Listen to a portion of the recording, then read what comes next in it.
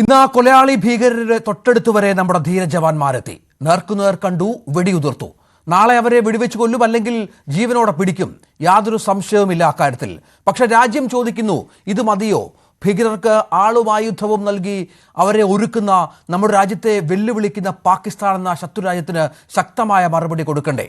നമ്മുടെ പ്രധാനമന്ത്രിയും പ്രതിരോധ മന്ത്രിയും ആഭ്യന്തരമന്ത്രിയും മൗനം തുടരുകയാണ്. തിരിച്ചടിക്കുള്ള, അതും അതിശക്തമായ ഒന്നിനുള്ള ഒരുക്കങ്ങൾക്കുള്ള സമയമായി മാത്രം ഈ മൗനത്തെ കണ്ടാൽ മതിയോ?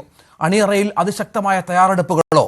തിരിച്ചടിക്കണമെന്നും ഇനിയൊരു ഇടപെടൽ പോലും ഓർക്കാൻ പറ്റാത്ത വിധം ശത്രുരാജ്യം തകർക്കണമെന്നും വികാരമുയർന്നിരിക്കുന്ന രാജ്യത്തിന് കൃത്യമായ നീതി കിട്ടുമോ? നയതന്ത്രതലത്തിലെ ഇതുവരെയുള്ള നമ്മുടെ ഇടപെടലുകൾ പാകിസ്ഥാനെ എത്രത്തോളം ഒറ്റപ്പെടുത്തി? അമേരിക്കയുടെ നിലപാടിലെ മാറ്റങ്ങൾ ഇന്ത്യയുടെ നീക്കങ്ങൾക്ക് തിരിച്ചടിയാകുന്നുണ്ടോ? ആയുധം നൽകാനും ഭീകരരാഷ്ട്രമെന്നത് മറന്ന് പാകിസ്ഥാനെ പിന്തുണയ്ക്കാനും ശ്രമിക്കുന്ന ചൈന ലക്ഷ്യം വെക്കുന്നത് എന്ത്? സാധാരണക്കാരായ 27 പേരുടെ ജീവന് രാജ്യം നൽകുന്ന മറുപടി എന്താകും? യുദ്ധം അനിവാര്യമോ? ഈ വിഷയമാണ് ചർച്ച ചെയ്യുന്നത്. എന്നോടൊപ്പം വളരെ പ്രധാനപ്പെട്ട അതിഥികൾ: Shri Baiju Thittala, Cambridge University mayor, അദ്ദേഹം ഈ ചർച്ചയുടെ ഭാഗമാകുന്നു. ശ്രീ എ ഷിനാസ്, വിദേശകാര്യ വിദഗ്ധൻ, ചരിത്രാധ്യാപകൻ. ശ്രീ ഷാബു പ്രസാദ്, വളരെ നിരീക്ഷകൻ, ഈ ചർച്ചയിൽ പങ്കെടുക്കുന്നു. ശ്രീ ഡോക്ടർ ജോസഫ് ആന്റണി, വിദേശകാര്യ വിദഗ്ധൻ, ഈ ചർച്ചയിലുണ്ട്. ശ്രീ ഡോക്ടർ ജോസഫ് ആന്റണി, ഇവിടെ നേരത്തെ പറഞ്ഞതുപോലെ പാകിസ്ഥാനിലെ പല നേതാക്കന്മാരും, പ്രതിപക്ഷത്തിൻ്റെ ആയാലും ഭരണപക്ഷത്തിൻ്റെ ആയാലും സൈനിക നേതാക്കളൊക്കെ ആയാലും വലിയ പ്രകോപനപരമായ പ്രസ്താവനകൾ കഴിഞ്ഞ കുറേ ദിവസങ്ങൾ നടത്തുന്നുണ്ട്. ആണവായുധം ഉള്ള രാജ്യമാണ് തങ്ങൾ എന്നോർക്കണമെന്നൊക്കെ പറഞ്ഞ് നമ്മളെ വെറുതെ അത്തരത്തിലുള്ള പ്രകോപനം സൃഷ്ടിക്കുന്ന പശ്ചാത്തലമുണ്ട്. പക്ഷെ നമ്മുടെ പ്രധാനമന്ത്രി മാത്രമാണ് ഈ വിഷയത്തിൽ 4-5 പേര് സംസാരിച്ച് അദ്ദേഹം രാഷ്ട്രത്തിൻ്റെ പേരെടുത്ത് പറയാതെ കൃത്യമായ മറുപടി നൽകുമെന്ന് പറഞ്ഞു പോയത്. മറ്റ് നമ്മുടെ ഒരു നേതാവും ഇത്തരം വിഷയങ്ങളിൽ അനാവശ്യമായ പരാമർശം നടത്താൻ തയ്യാറായില്ല എന്നൊരു പ്രത്യേകത കൂടി നമ്മുടെ രാജ്യത്തിനുണ്ട്. നമ്മുടെ നയം അത് തന്നെയാണോ? കാത്തിരിക്കുകയാണോ തിരിച്ചടിക്കാൻ? തീർച്ചയായിട്ടും ഒരു രാജ്യത്തിൻ്റെ പ്രധാനമന്ത്രി ആ രാജ്യത്തിൻ്റെ നിലപാട് വ്യക്തമാക്കിയാൽ അത് ഏറ്റവും ഉന്നത തലത്തിലുള്ള അഭിപ്രായ പ്രകടനമായിട്ട് നമുക്ക് കണക്കാക്കാവുന്നതാണ്. പാകിസ്ഥാൻ്റെ പല നേതാക്കന്മാരും പ്രഖ്യാപനം നടത്തുന്നതിൻ്റെ കാരണം തന്നെ ആ രാജ്യത്തിൻ്റെ ഒരു തരത്തിലുള്ള യൂണിറ്റി ഇല്ലായ്മയെന്നോ അതല്ലെങ്കിൽ ആ രാജ്യത്ത് നിരവധി നേതാക്കന്മാർ അല്ലെങ്കിൽ നിരവധി അഭിപ്രായങ്ങൾ ഇക്കാര്യത്തിൽ ഉണ്ട് എന്നോ തെളിയിക്കുന്നതായിരിക്കാം. ഇവിടെ വളരെ വ്യക്തമായി ഈ സംഭവം 22-ാം തീയതി നടന്നു കഴിഞ്ഞപ്പോൾ നമ്മുടെ പ്രധാനമന്ത്രി പറഞ്ഞു. അതിനുശേഷം ഞായറാഴ്ച മൻ കി ബാത്തിൽ അദ്ദേഹം 2 പ്രസ്താവനകളാണ് നടത്തിയത്. ഈ 2 പ്രസ്താവനകളിലും അദ്ദേഹം ഈ സംഭവം വളരെ ഗുരുതരമായ സംഭവമാണ് എന്നും ഇത് ഇന്ത്യ ഗവൺമെൻറ് വളരെ ഗൗരവമായി കാണുകയാണ് എന്നും ഇതിന് ഉത്തരവാദികളായവരെ മാത്രമല്ല അതിനെ പിന്തുണയ്ക്കുന്നവർക്ക് കൂടി മറുപടി നൽകുമെന്നും അത് അവർ ലോകത്തിൻ്റെ ഏതറ്റം വരെ പോയാലും അവരെ കണ്ടെത്തുമെന്നും ശിക്ഷിക്കുമെന്നും ഒക്കെയുള്ള വളരെ എംഫാറ്റിക് ആയിട്ടുള്ള കാറ്റഗോറിക്കലായിട്ടുള്ള സ്റ്റേറ്റ്മെൻറ്റാണ് ഇന്ത്യൻ പ്രധാനമന്ത്രി നടത്തിയിരിക്കുന്നത്. എന്ന് മാത്രമല്ല, ഇവിടെ സൂചിപ്പിക്കപ്പെട്ടതുപോലെ നമ്മുടെ ഭരണ നേതാക്കന്മാർ, അത് വിദേശകാര്യ മന്ത്രിയാവട്ടെ, നമ്മുടെ പ്രതിരോധ മന്ത്രിയാവട്ടെ, പ്രധാനമന്ത്രി പോലും ഈ ലോക വെറുതെ ഇരിക്കുകയല്ല അവർ. അതാണ് നമ്മൾ മനസ്സിലാക്കേണ്ട കാര്യം. അവർ ഇപ്പോൾ ഡൊണാൾഡ് ട്രംപ് പോലെയുള്ള ലോക നേതാക്കളുമായി നമ്മുടെ പ്രധാനമന്ത്രി സംസാരിക്കുന്നു. വിദേശകാര്യമന്ത്രി, നമ്മുടെ UK-യുടെ വിദേശകാര്യമന്ത്രി ഡേവിഡ് ലാമിയായിട്ടൊന്ന് സംസാരിച്ചായിട്ടുള്ള വിവരങ്ങൾ വരുന്നു. നമ്മുടെ പ്രതിരോധ മന്ത്രി മറ്റ് പ്രതിരോധ മന്ത്രിമാരോട് സംസാരിക്കുന്നു. നമ്മുടെ വിദേശകാര്യ സെക്രട്ടറി മറ്റ് വിദേശകാര്യ ഉദ്യോഗസ്ഥന്മാരുടെ സെക്രട്ടറിമാരോട് സംസാരിക്കുന്നു. ഈ തരത്തിലുള്ള സംഭാഷണം നടക്കുമ്പോൾ തന്നെ നമ്മുടെ പ്രധാനമന്ത്രിയും പ്രതിരോധ മന്ത്രിയും തമ്മിൽ സംസാരിക്കുന്നു. ഇതെല്ലാം എന്തെല്ലാം തരത്തിലുള്ള നിലപാടും നടപടികളുമായിട്ടാണ് മുന്നോട്ട് പോകേണ്ടത്. കാരണം അത് അവർ വളരെ ഗൗരവമായി കാണുന്നു എന്നുള്ളതിൻ്റെ സൂചനകൾ ഓൾറെഡി അവർ തന്നു കഴിഞ്ഞു. അത് ഈ പാകിസ്ഥാനുമായിട്ടുള്ള സിന്ധു നദീജല കരാർ റദ്ദാക്കുന്നതിലൂടെയൊക്കെ ഇതുവരെ, അതായത് 2-3 യുദ്ധങ്ങൾ നടന്നപ്പോൾ പോലും നമ്മൾ അത് ടച്ച് ചെയ്യാതിരുന്ന ഒരു സംഭവം നമ്മളിപ്പോൾ എടുത്തിരിക്കുന്നത് ഇന്ത്യ ഇത് വളരെ ഗൗരവമായി കാണുകയാണ് എന്ന് സൂചിപ്പിക്കുന്നതാണ്. നമുക്ക് എല്ലാവർക്കും അറിയുന്നത് പോലെ 2016 ഉറി സംഭവം ഉണ്ടായപ്പോഴും 2019 പുൽവാമ സംഭവം ഉണ്ടായപ്പോഴും അതിനെ വളരെ ഗൗരവമായ ഒരു ആക്രമണമാണ്, നമ്മുടെ വിലപ്പെട്ട ജവാന്മാരുടെ ജീവൻ നഷ്ടപ്പെട്ട സംഭവമാണ് എങ്കിൽ ഈ 2025 ഉണ്ടായിരിക്കുന്നത് നിരപരാധികളായിട്ടുള്ള ആളുകളുടെ, മറ്റേത് 2 കൂട്ടരും സൈനികരായിരുന്നുവെങ്കിൽ ഇവിടെ നിരപരാധികളെ, ഈ ആയുധം കൈകൊണ്ട് തൊടാത്ത ആളുകളെ, പിന്നെ ആളുകളുടെ ജീവനാണ് വളരെ ക്രൂരമായി നഷ്ടപ്പെട്ടിരിക്കുന്നത്. എന്ന് മാത്രമല്ല, അവിടെ നമ്മൾ കാണേണ്ട ഒരു കാര്യം, ഗവൺമെൻറ് തന്നെ സമ്മതിച്ചിട്ടുള്ള, അത് സുരക്ഷ ഒരുക്കുന്നതിൽ ഒരു വീഴ്ച കൂടി വന്നിട്ടുണ്ട്. അതിൻ്റെ കൂടി ഫലമായിട്ടാണ് ഈ സംഭവം ഉണ്ടായിരിക്കുന്നത് എന്നുള്ളത് കൊണ്ട് തീർച്ചയായും ഇന്ത്യ ഗവൺമെൻറ്റിന് ഇതിനെതിരെ ശക്തമായി പ്രവർത്തിക്കാതിരിക്കാൻ കഴിയില്ല. അതിനുള്ള എല്ലാ നീക്കങ്ങളുമാണ് നടത്തുന്നത്. അതിൻ്റെ ഭാഗമായിട്ടുള്ള തറയൊരുക്കലാണ് നടത്തിക്കൊണ്ടിരിക്കുന്നത്. നമ്മുടെ INS വിക്രാന്ത് അറേബ്യൻ സമുദ്രത്തിൻ്റെ ത്തേക്ക് മാറിക്കൊണ്ടിരിക്കുന്നു. നമ്മുടെ ബ്രഹ്മോസ് മിസൈലിൻ്റെ പരീക്ഷണങ്ങൾ നടത്തിക്കൊണ്ടിരിക്കുന്നു. അതുകൊണ്ട് 600 കിലോമീറ്ററോളം സഞ്ചരിക്കാവുന്ന, വളരെ വേഗത്തിൽ സഞ്ചരിക്കാവുന്ന മിസൈലുകളാണ്. റഫേൽ വിമാനങ്ങൾ, റഫേൽ വിമാനങ്ങളിൽ പിന്നെ ആയുധം ഘടിപ്പിക്കുന്നതിനെ കുറിച്ചുള്ള ആലോചന നമുക്ക് ഒരു പ്രത്യേകത ഉള്ളത് 2016-ലോ 2019-ലോ നമ്മൾ ഈ ആക്രമണം നടത്തുമ്പോൾ നമ്മുടെ കയ്യിൽ റഫേൽ വിമാനങ്ങൾ ഉണ്ടായിരുന്നില്ല.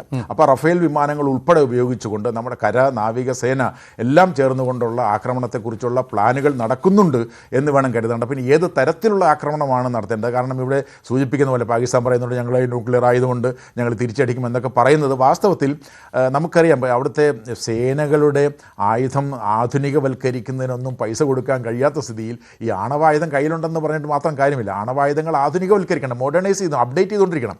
അപ്പോൾ അതിനൊക്കെ ഉള്ള സമ്പത്തില്ലാതിരിക്കുന്ന ഒരു രാജ്യം, എല്ലാ തരത്തിലും തകർന്നു നിൽക്കുന്ന രാജ്യം, പിന്നെ എന്തെങ്കിലുമൊക്കെ പറഞ്ഞ് ഞങ്ങൾ അത് ചെയ്യും ഇത് ചെയ്യും എന്നൊക്കെ പറഞ്ഞ് ഭീഷണി മുഴക്കുന്നതായിട്ട് മാത്രം തൽക്കാലം കരുതിയാൽ മതി. പക്ഷേ യുദ്ധം എന്ന് പറയുന്ന ഒരു അവസ്ഥയിലേക്ക് പോയാൽ യുദ്ധം എന്ന് പറയുന്ന രണ്ട് രാജ്യങ്ങൾക്കും സാമ്പത്തികമായും സൈനികമായും ഒക്കെ ബുദ്ധിമുട്ടുണ്ടാക്കുന്ന, അന്തർദേശീയ തലത്തിൽ പോലും പ്രശ്നങ്ങൾ ഉണ്ടാക്കുന്നതാണ് എന്ന തിരിച്ചറിവ് കൂടി നമുക്കുണ്ടാവേണ്ടതുണ്ട്. കാരണം ഈ സംഭവം ഉണ്ടായപ്പോൾ നമുക്കറിയാം അമേരിക്കൻ പ്രസിഡന്റ് ഉൾപ്പെടെ, നമ്മുടെ അയൽ രാജ്യങ്ങളെല്ലാം ഉൾപ്പെടെ, പശ്ചിമേഷ്യൻ രാജ്യങ്ങൾ ഉൾപ്പെടെ എല്ലാവരും ഇതിനെ അപലപിക്കുകയും ഇന്ത്യയോടൊപ്പം ഉണ്ട് എന്ന് പറയുകയും ചെയ്തെങ്കിൽ ഒരു യുദ്ധത്തിൻ്റെ സാഹചര്യം വരുമ്പോൾ ഇവരുടെ എല്ലാം പിന്തുണ ആ തരത്തിൽ ഉണ്ടാകുമോ എന്നുള്ളതാണ് സംശയം. അതാണ് കാരണം ശ്രീ ബൈജു തിട്ടാല, നമുക്ക് അറിയാം ഈ ആക്രമണത്തെ ലോകരാജ്യങ്ങളെല്ലാം അപലപിച്ചിരുന്നു. നമ്മൾ ഏതാണ്ട് എല്ലാ ലോക നേതാക്കന്മാരുമായും പ്രധാനമന്ത്രിയും പ്രതിരോധ മന്ത്രിയും ആഭ്യന്തരമന്ത്രിയും അടക്കം സംസാരിച്ചിരുന്നു, കാര്യങ്ങൾ ബോധ്യപ്പെടുത്തിയിരുന്നു. പക്ഷെ അപ്പോഴും പ്രത്യക്ഷമായ ഒരു പിന്തുണ ആ രാജ്യത്തിൻ്റെ, നമുക്കറിയാം എല്ലാവർക്കും അറിയാവുന്ന കാര്യമാണ്, പാകിസ്ഥാന്റെ പിന്തുണയില്ലാതെ ഇങ്ങനെ ആക്രമണം കശ്മീരിൽ നടക്കില്ല. ഡൊണാൾഡ് ട്രംപ് പോലും ഇത്തരം കാര്യങ്ങളിൽ സംസാരിക്കുമ്പോൾ അപലപിക്കുന്നതിനപ്പുറം ആ രാജ്യത്തിൻ്റെ പേരെടുത്ത് പറഞ്ഞ് അവരെ ഓൺ ചെയ്യാൻ തയ്യാറാകുന്നില്ല. എത്രത്തോളം സൗഹൃദത്തിലാണ് ഇപ്പോൾ ഇന്ത്യയും അമേരിക്കയും എന്നുള്ള അറിയാവുന്നതാണ്. അത്തരത്തിലൊരു ട്രംപിൻ്റെ രീതി അനുസരിച്ച്, പുതിയ രീതി അനുസരിച്ച് യുദ്ധം ആഗ്രഹിക്കുന്നില്ല. പല രാജ്യങ്ങളുമായി ബന്ധപ്പെട്ട യുദ്ധങ്ങളിലും മീഡിയേഷനാണ് ഇപ്പോൾ അദ്ദേഹത്തിൻ്റെ പ്രധാനപ്പെട്ട പരിപാടി. ഇവിടെയും അങ്ങനെ പ്രതീക്ഷിക്കണോ? ഇന്ന് ഇപ്പോൾ അമേരിക്കയുടെ പ്രസ്താവന വന്നിരിക്കുന്നത് രണ്ടുപേരും ഈ കാര്യത്തിൽ സംയമനം പാലിക്കണം എന്നുള്ളതാണ്. അങ്ങനെ മതിയോ? അങ്ങനെ നോക്കിക്കണ്ടാൽ മതിയോ ട്രംപിനെ പോലെ ഇന്ത്യയുമായി സൗഹൃദമുള്ള ഒരു നേതാവ് ഈ പ്രശ്നത്തെ? രഞ്ജിത്ത്, ഈ പ്രശ്നം ഇപ്പം ഉദാഹരണമായിട്ട് ഈ അറ്റാക്ക് ഉണ്ടായപ്പോൾ തന്നെ കൃത്യമായ ലോകരാജ്യങ്ങളെല്ലാം അതിനെ വളരെ സീരിയസ് ആയി കണ്ടം ചെയ്യുകയും ആ ഹൊറിഫിക് ആക്ടാണ്, ഈവൻ പാർലമെന്റിൽ പോലും, ബ്രിട്ടനിൽ പാർലമെന്റിൽ പോലും അതിനെ കൃത്യമായി അഡ്രസ്സ് ചെയ്യുകയും അത് അൺഅക്സെപ്റ്റബിൾ ആണ് എന്നുള്ള രീതിയിൽ പറയുക തന്നെ ചെയ്തു. പക്ഷെ നമ്മൾ അതിന്റെ സെക്കൻഡ് സ്റ്റേജിലേക്ക് വരുമ്പോൾ ഈ ഒരു ലോക നേതാക്കളും ഈ ഒരു സിവിലിയൻ ഡെത്തിനെ അല്ലെങ്കിൽ സിവിലിയൻ അതിബ്രൂട്ടലായി പീഡിപ്പിക്കുന്നത് അല്ലെങ്കിൽ സിവിലിയൻസ് ഇൻവോൾവ് ആകുന്നതിൽ ഒരു ലോക നേതാക്കളും ഇതിൽ അതിന് യുദ്ധത്തിന് സപ്പോർട്ട് ചെയ്യും അല്ല യുദ്ധം എൻഡോഴ്സ് ചെയ്യുന്നുള്ള കാര്യത്തിൽ എനിക്ക് സംശയമുണ്ട്. അതായത് നമ്മൾ കണ്ടിട്ട് ഇപ്പോൾ ഉദാഹരണമായിട്ട് ഇപ്പം മറ്റേ യുക്രൈനിൽ നടക്കുന്നത്, അതുപോലെ പാലസ്തീനിൽ നടക്കുന്നത്, ഇതിലൊക്കെ ഇപ്പം ഇന്നിപ്പം അവിടെ മറ്റേ ഹേഗിൽ ഹിയറിംഗ് നടന്നുകൊണ്ടിരിക്കുകയാണ്. അപ്പോൾ എത്ര നമ്മൾ ഇത് ഒരു കാരണവശാലും അക്സെപ്റ്റ് ചെയ്യാൻ പറ്റില്ലാത്തൊരു കാര്യമാണ് എന്നുള്ള കാര്യത്തിൽ ലോക നേതാക്കൾക്കൊന്നും തന്നെ യാതൊരു സംശയവുമില്ല. അത് പറയുമ്പോൾ തന്നെ നെക്സ്റ്റ് അതിപ്പം ഇപ്പം അതായത് നമ്മുടെ പ്രൈം മിനിസ്റ്റർ പറഞ്ഞത് ഇതിന്റെ കൾപ്രിറ്റിനെ കൃത്യമായി പിടിച്ചിരിക്കും, അവരെ ഞങ്ങൾ പണിഷ് ചെയ്തിരിക്കുന്നതാണ്. അപ്പൊ അതിന്റെ കൃത്യമായ ആളുകളെ പണിഷ് ചെയ്യാൻ ഉള്ള നടപടികൾ എടുക്കുന്നത് ആണ് ആദ്യത്തെ സ്റ്റെപ്പ് എന്നുള്ളതാണ് എൻ്റെ കാഴ്ചപ്പാട്. കാരണം ഇപ്പോ ഈ യുദ്ധമുണ്ടായി കഴിഞ്ഞാൽ എനിക്ക് മുമ്പേ പറഞ്ഞ പോലെ എല്ലാ സ്ഥലങ്ങളിലും ഭീമമായ ആൾനാശമുണ്ടാകും. അതിന്റെ കോൺസിക്വൻസസ് ഒക്കെ കൃത്യമായി നമ്മുടെ തലമുറയ്ക്ക് കൃത്യമായി അറിയാം. അപ്പോൾ യുദ്ധത്തിലേക്ക് പോകുന്നതിനെ ആണോ നമ്മൾ കൊടുക്കേണ്ട പ്രയോറിറ്റി, അതോ ഇതിൽ യഥാർത്ഥ കൾപ്രിറ്റ്സിനെ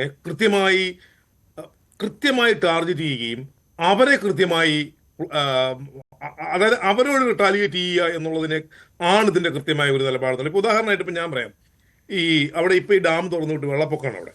ഇതിന്റെ യഥാർത്ഥ കോൺസിക്വൻസസ് ഫേസ് ചെയ്യാൻ പോകുന്ന വീണ്ടും ഈ സാധാരണക്കാരാ. ഞാൻ കുട്ടനാടിയിൽ നിന്ന് വന്ന ആളാണ്. വെള്ളം മുങ്ങിക്കഴിയുമ്പോൾ എന്താ സംഭവിക്കുന്നത് എനിക്ക് കൃത്യമായിട്ട് അറിയാം.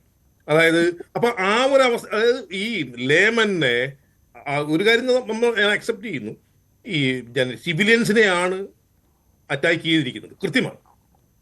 അപ്പോ നമ്മൾ അതേ രീതിയിൽ തന്നെ സിവിലിയൻസിനെ അറ്റാക്ക് ചെയ്താൽ നമ്മൾ മറ്റേ ഈ പൊളിറ്റിക്കൽ ലാൻഡ്സ്കേപ്പിൽ നമ്മൾ ഒറ്റപ്പെട്ടു പോകാൻ സാധ്യതയുണ്ട് എന്നുള്ള ഇപ്പൊ പാകിസ്ഥാൻ ഏത് അവസ്ഥയിൽ നിൽക്കുന്നോ ആ അവസ്ഥയിലേക്ക് നമ്മളും പോകുന്നതിന് ഒരു സാഹചര്യം ഉണ്ടാകും എന്നുള്ളതാണ് എൻ്റെ കാഴ്ചപ്പാട്. അപ്പോ കൃത്യമായി ഇതിന്റെ കാൽക്കുലേഷനെ കൃത്യമായി പിടിക്കുക, കൃത്യമായി പിടിച്ച് അതായത് ഇത് ആര് ചെയ്തോ അവരെ പിടിക്കുക, അതിന്റെ കൃത്യമായ ആക്ഷൻ നടത്തുക. അപ്പം രഞ്ജിത്തിന്റെ ചോദ്യം ഇതായിരുന്നു, ലോക നേതാക്കന്മാർ എത്ര കൃത്യമായി നിൽക്കും. അതായത് നമ്മുടെ പഠനത്തിൽ നിന്നും നമ്മുടെ വായനകളിൽ നിന്നും നമ്മുടെ എക്സ്പീരിയൻസിൽ നിന്നും നമ്മൾ കണ്ടതിൽ നിന്നും എനിക്ക് എൻ്റെ റീഡിങ് ഇതാണ്, സിവിലിയൻ കാഷ്വാലിറ്റി ഉണ്ടാകുന്നതിലൊക്കെ കൃത്യമായി ലോക നേതാക്കൾ കൃത്യമായ ഇന്റർവെൻഷൻ ഉണ്ടാവും. അപ്പോൾ ഇതിന്റെ യഥാർത്ഥ പ്രശ്നം ഇപ്പോൾ ഈ ട്രംപ് അമേരിക്ക വേഴ്സസ് ചൈനയാണ് ഇതിൻ്റെ യഥാർത്ഥ ഒരു ടേണിംഗ് പോയിന്റോ അല്ലെങ്കിൽ ഇതിൻ്റെ അകത്ത് ഒരു ട്രിഗർ ഫാക്ടറായി നിൽക്കുന്നത്. അപ്പോൾ കൃത്യമായും ഈ നമ്മൾ ഉദ്ദേശിക്കുന്ന രീതിയിൽ ഒരു യുദ്ധത്തിലേക്ക് പോകുന്നതിനോട് ഇൻ പ്രിൻസിപ്പിൾ എനിക്ക് വിയോജിപ്പാണുള്ളത്. അത് പറയുമ്പോൾ തന്നെ ഇതിന്റെ കൾപ്രിറ്റ്സിനെ കൃത്യമായ ആളുകളെ തെരഞ്ഞു പിടിച്ച് അവരെ പണിഷ് ചെയ്യേണ്ടത് അത്യാവശ്യവുമാണ്. അതിന് ലോകരാജ്യങ്ങൾ നിൽക്കും എന്നുള്ളതാണ് എൻ്റെ കൃത്യമായ ഒരു റീഡിങ്. അപ്പോൾ ഉദാഹരണമായിട്ട് ഇപ്പം നമ്മളിപ്പം ഈ റഷ്യ യുക്രൈൻ വാർ മാത്രം നോക്കിയാൽ മതി. ഇപ്പോൾ ഞങ്ങളിവിടെ ഈ യു കെയിലൊക്കെ പല സ്ഥലങ്ങളിൽ ഞങ്ങൾ ഈ യുദ്ധത്തിനെതിരെ ഡെമോൺസ്ട്രേഷൻ നടത്തുകയും പ്രൊട്ടസ്റ്റ് നടത്തുകയൊക്കെ ചെയ്തിട്ടുണ്ട്. അപ്പോൾ അങ്ങനെ രീതിയിലുള്ള ഒരു പബ്ലിക് ഒപ്പീനിയൻ പെട്ടെന്ന് നമുക്കെതിരെ വരാൻ സാധ്യതയുണ്ടോ എന്നുള്ളതാണ് എൻ്റെ ഒരു സംശയം. കാരണം ഇപ്പോൾ ഉദാഹരണമായിട്ട് ഇപ്പം അവിടെ നമ്മൾ ഈ ഡാമിൽ അവിടെ വെള്ളപ്പൊക്കമാവുന്നു, ഞാനിപ്പോൾ ഇവിടെ ഒരു ന്യൂസിൽ വായിച്ചാണ്. അപ്പം ഇതിൽ അഫക്റ്റ് ചെയ്യാൻ പോകുന്നത് തീരെ വണറബിൾ ആയ സെക്ഷൻസ് ഓഫ് ദ സൊസൈറ്റി ആയിരിക്കും. അപ്പോൾ അതിൽ കൃത്യമായി ഒരു യുദ്ധം എന്നതിനേക്കാൾ ഉപരി നമ്മൾ യഥാർത്ഥത്തിൽ ഈ ആക്ട് ചെയ്തിരിക്കുന്ന ആളുകളെ അല്ലെങ്കിൽ അവർക്ക് നേതൃത്വം കൊടുത്ത ആളുകളെ കൃത്യമായി പണിഷ് ചെയ്യുക, അതാണ് നരേന്ദ്രമോദി പറഞ്ഞിരിക്കുന്നത്. അതിനെയാണ് വേൾഡ് ലീഡേഴ്സ് എൻഡോഴ്സ് ചെയ്തിരിക്കുന്നത്. തീർച്ചയായും കഴിഞ്ഞ കുറേ ദിവസങ്ങളിലായി അതിനുള്ള ശ്രമത്തിലാണ് നമ്മൾ എന്നതും വളരെ പ്രധാനപ്പെട്ട ഒന്നാണ്. ശ്രീ ഷിനാസ്, ഇവിടെ ഇന്ന് ഭീകരരോട് നേർക്കുനേർ വന്നു നമ്മുടെ സൈനികർ എന്നാണ് മനസ്സിലാക്കാൻ സാധിച്ചത്. വെടിയൊക്കെ ഉതിർത്തു. ആ പ്രദേശത്തിൻ്റെ ഭൂമിശാസ്ത്രപരമായ പ്രത്യേകത കൊണ്ട് അവരിലേക്ക് എത്താൻ അല്ലെങ്കിൽ അവരെ വെടിവെച്ച് കൊല്ലുകയോ പിടികൂടാനൊന്നും സാധിച്ചിട്ടില്ല എന്നുള്ള ഒരു പ്രശ്നമുണ്ട്. അതിനുള്ള ശ്രമം അതിതീവ്രമായി നടക്കുകയാണ്. ഒരുപാട് ഭീകരരുടെ വീടുകൾ ആ മേഖലയിൽ തകർക്കപ്പെട്ട് കഴിഞ്ഞു. അത് ശക്തമായി തന്നെ ആ തരത്തിൽ ശ്രീ ബൈത്തുറ്റാല പറഞ്ഞതുപോലെ ആ തരത്തിൽ ആ കാര്യങ്ങൾ മുമ്പോട്ട് പോകുന്നുണ്ട്. പക്ഷേ അതിനപ്പുറത്തേക്ക് ഒന്ന് പ്രതീക്ഷിക്കണോ ഉടൻ തന്നെ? കാരണം നമുക്ക് 2014-ലും 2019-ലുമൊക്കെ നമ്മളെ കയറി അറ്റാക്ക് ചെയ്തപ്പോൾ നമുക്ക് പ്രശ്നമുണ്ടായപ്പോഴൊക്കെ സർജിക്കൽ സ്ട്രൈക്കുകളിലൂടെ മറുപടി നൽകിയ ഒരു രാജ്യം കൂടിയാണ്. ഇപ്പോൾ തയ്യാറെടുപ്പുകൾ അത്തരത്തിലൊരു തിരിച്ചടിക്കുള്ളതാണ് എന്ന് പ്രതീക്ഷിക്കാമോ? ഞാനിപ്പോൾ കഴിഞ്ഞ 2 ദിവസമായി നമ്മളൊക്കെ വായിക്കുന്നത് ഭീകരരുടെ വീടുകൾ തകർക്കുന്നു. അപ്പൊ ഭീകരർ ഒന്നും അവിടെ ഇല്ല. ആ വീട്ടിൽ അദ്ദേഹത്തിന്റെ ആ ഭീകരരുടെ കുടുംബാംഗങ്ങൾ ഉണ്ടാവും. അവരിതിൽ കോംപ്ലിസിറ്റ് ആണോ അല്ലെങ്കിൽ പങ്കാളികളാണോ എന്ന് പോലും നമുക്കറിയില്ല. അപ്പൊ ആ വീടുകൾ തകർക്കുന്നതൊന്നും വാസ്തവത്തിൽ തീവ്രവാദത്തിനെതിരെയുള്ള അല്ലെങ്കിൽ ടെററിസ്റ്റ് ആക്ടിനെതിരെയുള്ള ഒരു ശരിയായ നടപടിയല്ല. ഉത്തർപ്രദേശിലൊക്കെ ഒരു ക്രിമിനലിനെ പിടിച്ചാൽ ആ ക്രിമിനലിന്റെ വീട് മുഴുവൻ തകർക്കുന്ന ബുൾഡോസ് രാജിനെ സുപ്രീം കോടതി നിശ്ചിതമായ ഭാഷയിൽ വിമർശിച്ചതാണ്. അപ്പോൾ ഇതിൽ പങ്കാളികളായവരുടെ വീടുകൾ തകർക്കുന്നത് എന്ന് പറഞ്ഞാൽ വാസ്തവത്തിൽ അതൊരു സിംബോളിക് ആക്ട് ആണെങ്കിലും ആ വീട്ടിൽ കഴിയുന്നവരുണ്ടാവും. ഈ തീവ്രവാദികളൊന്നും ആ വീടുകളിൽ താമസിക്കുന്നവരല്ല. പാകിസ്ഥാനിലെ ക്യാമ്പുകളിലും വനാന്തരങ്ങളിലും ഒക്കെ വീട് വിട്ട് താമസിക്കുന്നവരാണ്. അതിലെനിക്ക് വിയോജിപ്പുണ്ട്. പക്ഷെ ഇവിടെ ഒരു ഫുൾ സ്കെയിൽ വോർ, ഒരു നീള യുദ്ധം പാകിസ്ഥാനും ഇന്ത്യയും തമ്മിൽ ഉണ്ടാവുമോ എന്ന് ചോദിച്ചാൽ ഉണ്ടാവില്ല എന്ന് തന്നെയാണ് ഉത്തരം. കാരണം ബിലാവൽ ഭൂട്ടോ ആവട്ടെ, പാകിസ്ഥാനിലെ മറ്റ് പ്രധാനപ്പെട്ട ഉന്നത പദവിയിൽ ഇരിക്കുന്നവരാവട്ടെ, അവരൊക്കെ ഈയിടെയായി നിരന്തരം ഭീഷണി മുഴക്കുന്നത് ഞങ്ങൾ അണുബോംബ് അല്ലെങ്കിൽ ന്യൂക്ലിയർ വെപ്പൺ വെറുതെ ചുമ്മാ വെച്ചിരിക്കുന്നതല്ല, എല്ലാം ഇന്ത്യക്കെതിരെ തിരിച്ചാണ് വെച്ചിരിക്കുന്നത്, ഞങ്ങൾ വേണമെങ്കിൽ പ്രയോഗിക്കും. ഇത് ഒരു ഉമ്മാക്കിയാണ്. ഇപ്പൊ റഷ്യ യുക്രൈൻ യുദ്ധം 2022 ഫെബ്രുവരി അവസാനം ആരംഭിച്ചപ്പോൾ റഷ്യ പറഞ്ഞു, റെഡ് ലൈൻസ് കടന്നാൽ, ഞങ്ങളുടെ ചുവന്ന രേഖ റെഡ് ലൈൻസ് കടന്നാൽ ഏത് സമയവും ഞങ്ങൾ ആണവായുധം പ്രയോഗിക്കും. ആണവായുധ നയം തന്നെ മാറ്റി. കാരണം റഷ്യയുടെ കയ്യിൽ അമേരിക്കയുടെ കൈവശമുള്ളതിനേക്കാൾ ടാക്ടിക്കൽ ന്യൂക്ലിയർ വെപ്പൺസ് ഉണ്ട്. അമേരിക്കയുടെ കൈവശം ഉള്ളതിനേക്കാൾ അധികം ന്യൂക്ലിയർ വെപ്പൺസ് ഇപ്പോഴും റഷ്യയുടെ കയ്യിലാണുള്ളത്.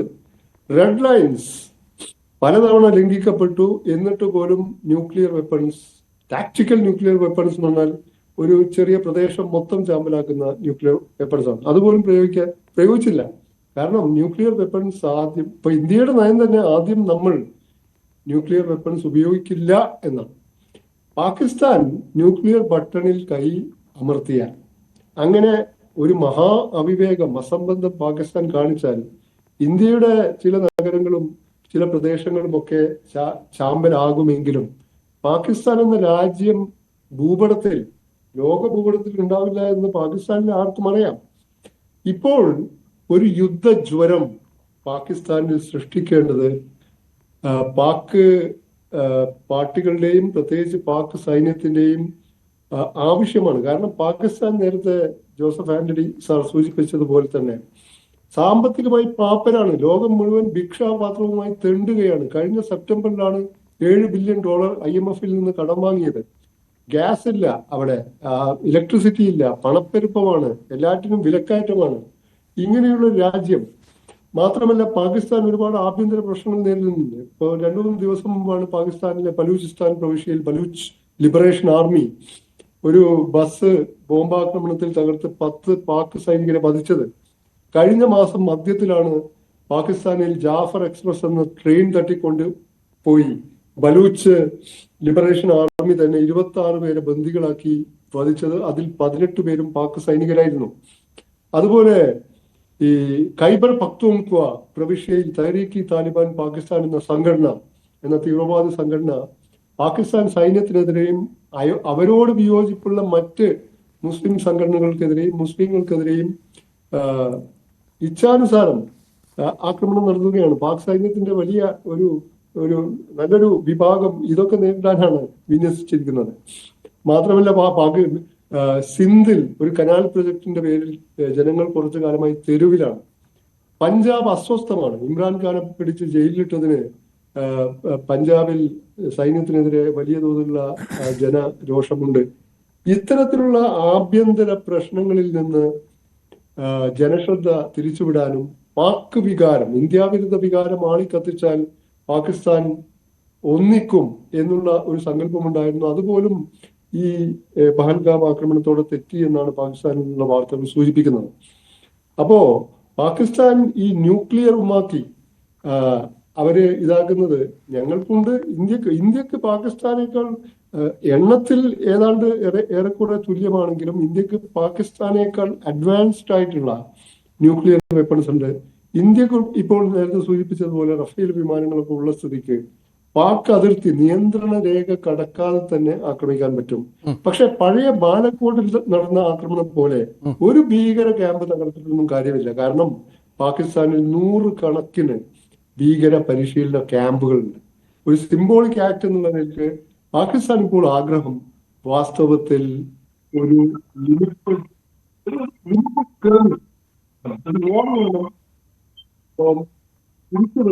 ജനത്തെ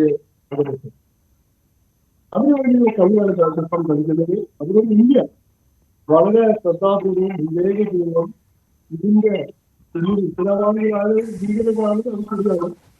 പക്ഷേ പാകിസ്ഥാന്റെ എസ്റ്റാബ്ലിഷ്മെന്റിന്റെ പാക് സൈന്യത്തിന്റെ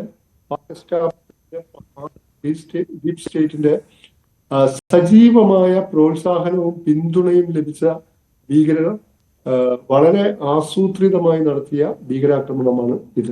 തീർച്ചയായും തിരിച്ചു വരാം സാർ, ദയവായി തുടരുക. ശ്രീ ഷാബു പ്രസാദ്, ഇപ്പോഴത്തെ നമ്മുടെ പ്രധാനമന്ത്രിയുടെയും നമ്മുടെ നേതാക്കളുടെയും ഒക്കെ ഈ വിഷയത്തിന് ശേഷം പറയുന്നതുപോലെ പാകിസ്ഥാനിലെ ആളുകൾ കാണിക്കുന്നത് പോലെ, നേതാക്കളൊക്കെ പറയുന്നത് പോലെ വെറുതെ വാചക കസർത്തൊന്നുമല്ല, വളരെ കൃത്യമായി പ്രധാനമന്ത്രി പറഞ്ഞു വെച്ച് കഴിഞ്ഞു എന്താണ് നമ്മൾ ഉദ്ദേശിക്കുന്നത് എന്നുള്ളത്, കൃത്യമായി തിരിച്ചു നൽകുമെന്ന രീതിയിൽ. ഇപ്പോഴത്തെ ഒരു മൗനം, ഡൽഹിയിലെ ഇപ്പോഴത്തെ തിരക്കിട്ട കൂടിക്കാഴ്ചകൾ ഒക്കെ നേരത്തെ പറഞ്ഞതുപോലെ ഒരു ശക്തമായ നടപടിക്കുള്ള തുടക്കമായി താങ്കൾ കാണുന്നുണ്ടോ? തീർച്ചയായും ഇതിനെ ഞാൻ കൊടുങ്കാറ്റിന് മുമ്പുള്ള ശാന്തതയായിട്ട് തന്നെയാണ് കാണുന്നത്. അതെങ്ങനെ, എപ്പോൾ, എവിടെ എന്നുള്ളതൊക്കെ നമുക്കത് അറിയില്ല. കാര്യം അത് അങ്ങേയറ്റം സ്ട്രാറ്റജിക് ആയിട്ടുള്ള രഹസ്യാത്മകമായിട്ടുള്ള കാര്യങ്ങളാണ്. അത് ഇപ്പോൾ ഉറി സർജിക്കൽ സ്ട്രൈക്ക് നടന്നു കഴിഞ്ഞിട്ടാണ് നമ്മൾ അറിയുന്നത്. അതേപോലെ തന്നെ ബാലക്കോട്ട്, ഇതെല്ലാം നടന്നു കഴിഞ്ഞതിന് ശേഷമേ അറിയുള്ളൂ. കാര്യം അതിൻ്റെ അകത്തൊരു സർപ്രൈസ്, ശത്രു പ്രതീക്ഷിക്കാത്ത, ആഗ്രഹിക്കാത്ത, ചിന്തിക്കാത്ത രീതിയിൽ ആ രീതിയിലായിരിക്കും അത് ചെയ്യുക. അത് വളരെ തന്ത്രപരമായിട്ട് തന്നെ ചെയ്യും. പിന്നെ ഇവിടെ ഇതിനു മുമ്പ് സംസാരിച്ച അദ്ദേഹം, ജോസഫ് ആന്റണി, അദ്ദേഹത്തിന്റെ പേരെത്തായിരുന്നു, അദ്ദേഹം പറഞ്ഞ ഒരു കാര്യത്തിനോട് എനിക്ക് 100% യോജിപ്പാണ്. അതായത് ഇതിന്റെ സോഴ്സ് ആരാണോ ഇത് ചെയ്തത് അവരെ കണ്ടെത്തി നശിപ്പിക്കുക, അവരെ പണിഷ് ചെയ്യുക എന്നുള്ളത്. അവിടെ വരെ ഞാൻ അദ്ദേഹത്തെ അംഗീകരിക്കും. അപ്പം ഇതിന്റെ സോഴ്സ് ഏതാണെന്നോ ഇത് ആരാണെന്നോ ഇനി കണ്ടെത്താനൊന്നും ഇല്ല സാർ. അത് വളരെ ക്ലിയർ അല്ലേ ആരാണ് എന്താണ് എന്ന്. എത്രയോ പതിറ്റാണ്ടുകളായി ഇതിങ്ങനെ നടന്നുകൊണ്ടിരിക്കുക. ഇത് ഇങ്ങനെ പോയാൽ ശരിയാവൂ? ഇപ്പൊ ഉറി പോലെ അല്ലെങ്കിൽ ബാലക്കോട്ട് പോലെ തിരിച്ചും ഇവിടെ ഒരു 10-9 പേര് മരിച്ചു, എന്നാൽ തിരിച്ചൊരു 50 പേരെ അങ്ങോട്ട് കൊന്ന് അത് സംഭവം അങ്ങോട്ട് തൽക്കാലം ഇത് ഇവിടെ നിർത്തി. ഇത് ഇങ്ങനെ തുടർന്നു കൊണ്ടേയിരിക്കും. എത്ര കാലം നമുക്കിത് ചുമന്നുകൊണ്ട് നടക്കാൻ കഴിയും? 10-70 വർഷമായില്ലേ, ഒരു 3/4 നൂറ്റാണ്ടായി ഈ സാധനം ചുമന്നുകൊണ്ട് നടക്കുന്നു. ഇത് ഇനിയും രോഗകാരണത്തെ അല്ല ഇനി ചികിത്സിക്കേണ്ടത്, രോഗത്തെ തന്നെ പൂർണ്ണമായും എടുത്ത് കളഞ്ഞേ മതിയാകൂ. അത് കൃത്യമായ ഒരു ആ ക്യാൻസർ നീക്കം ചെയ്യാതെ ഇത് അവസാനിക്കാൻ പോകുന്നില്ല. തൽക്കാലം ഒരു മുറിവ് വെച്ച് കെട്ടലുകൾ കൊണ്ട് കാര്യം നടക്കില്ല. ഇത് പൂർണ്ണമായും തീർത്തേ പറ്റുകയുള്ളൂ. അതിൻ്റെ സോഴ്സ് എന്ന് പറയുന്നത്, ആ സോഴ്സ് അതിൻ്റെ കാരണം എന്ന് പറയുന്നത് പാകിസ്ഥാനാണ്. ആ പാകിസ്ഥാൻ ആർമിയുടെയും പാകിസ്ഥാൻ സർക്കാരിൻ്റെയും ആ രാജ്യത്തിൻ്റെ തന്നെ നിലനിൽപ്പ്, ഒരു രാജ്യം എന്നുള്ള നിലയിൽ അതൊരു പരാജയപ്പെട്ട രാജ്യമാണ്, അതൊരു ഭീകര രാജ്യമാണ്. അവരുടെ നിലനിൽപ്പ് തന്നെ 100% ഇന്ത്യ വിരോധം എന്ന ആ ഒരു ഫിയർ മോങ്കറിങ്ങിൻ്റെ അടിസ്ഥാനത്തിലാണ്. അതിൻ്റെ അകത്തൂടെ ഉണ്ടാക്കുന്ന ആ ഒരു സപ്പോർട്ട്. ഇപ്പോൾ ഇവിടെ എല്ലാവരും സംബന്ധിച്ചൊരു കാര്യമുണ്ട്, എടുത്തു പറഞ്ഞ കാര്യമുണ്ട്.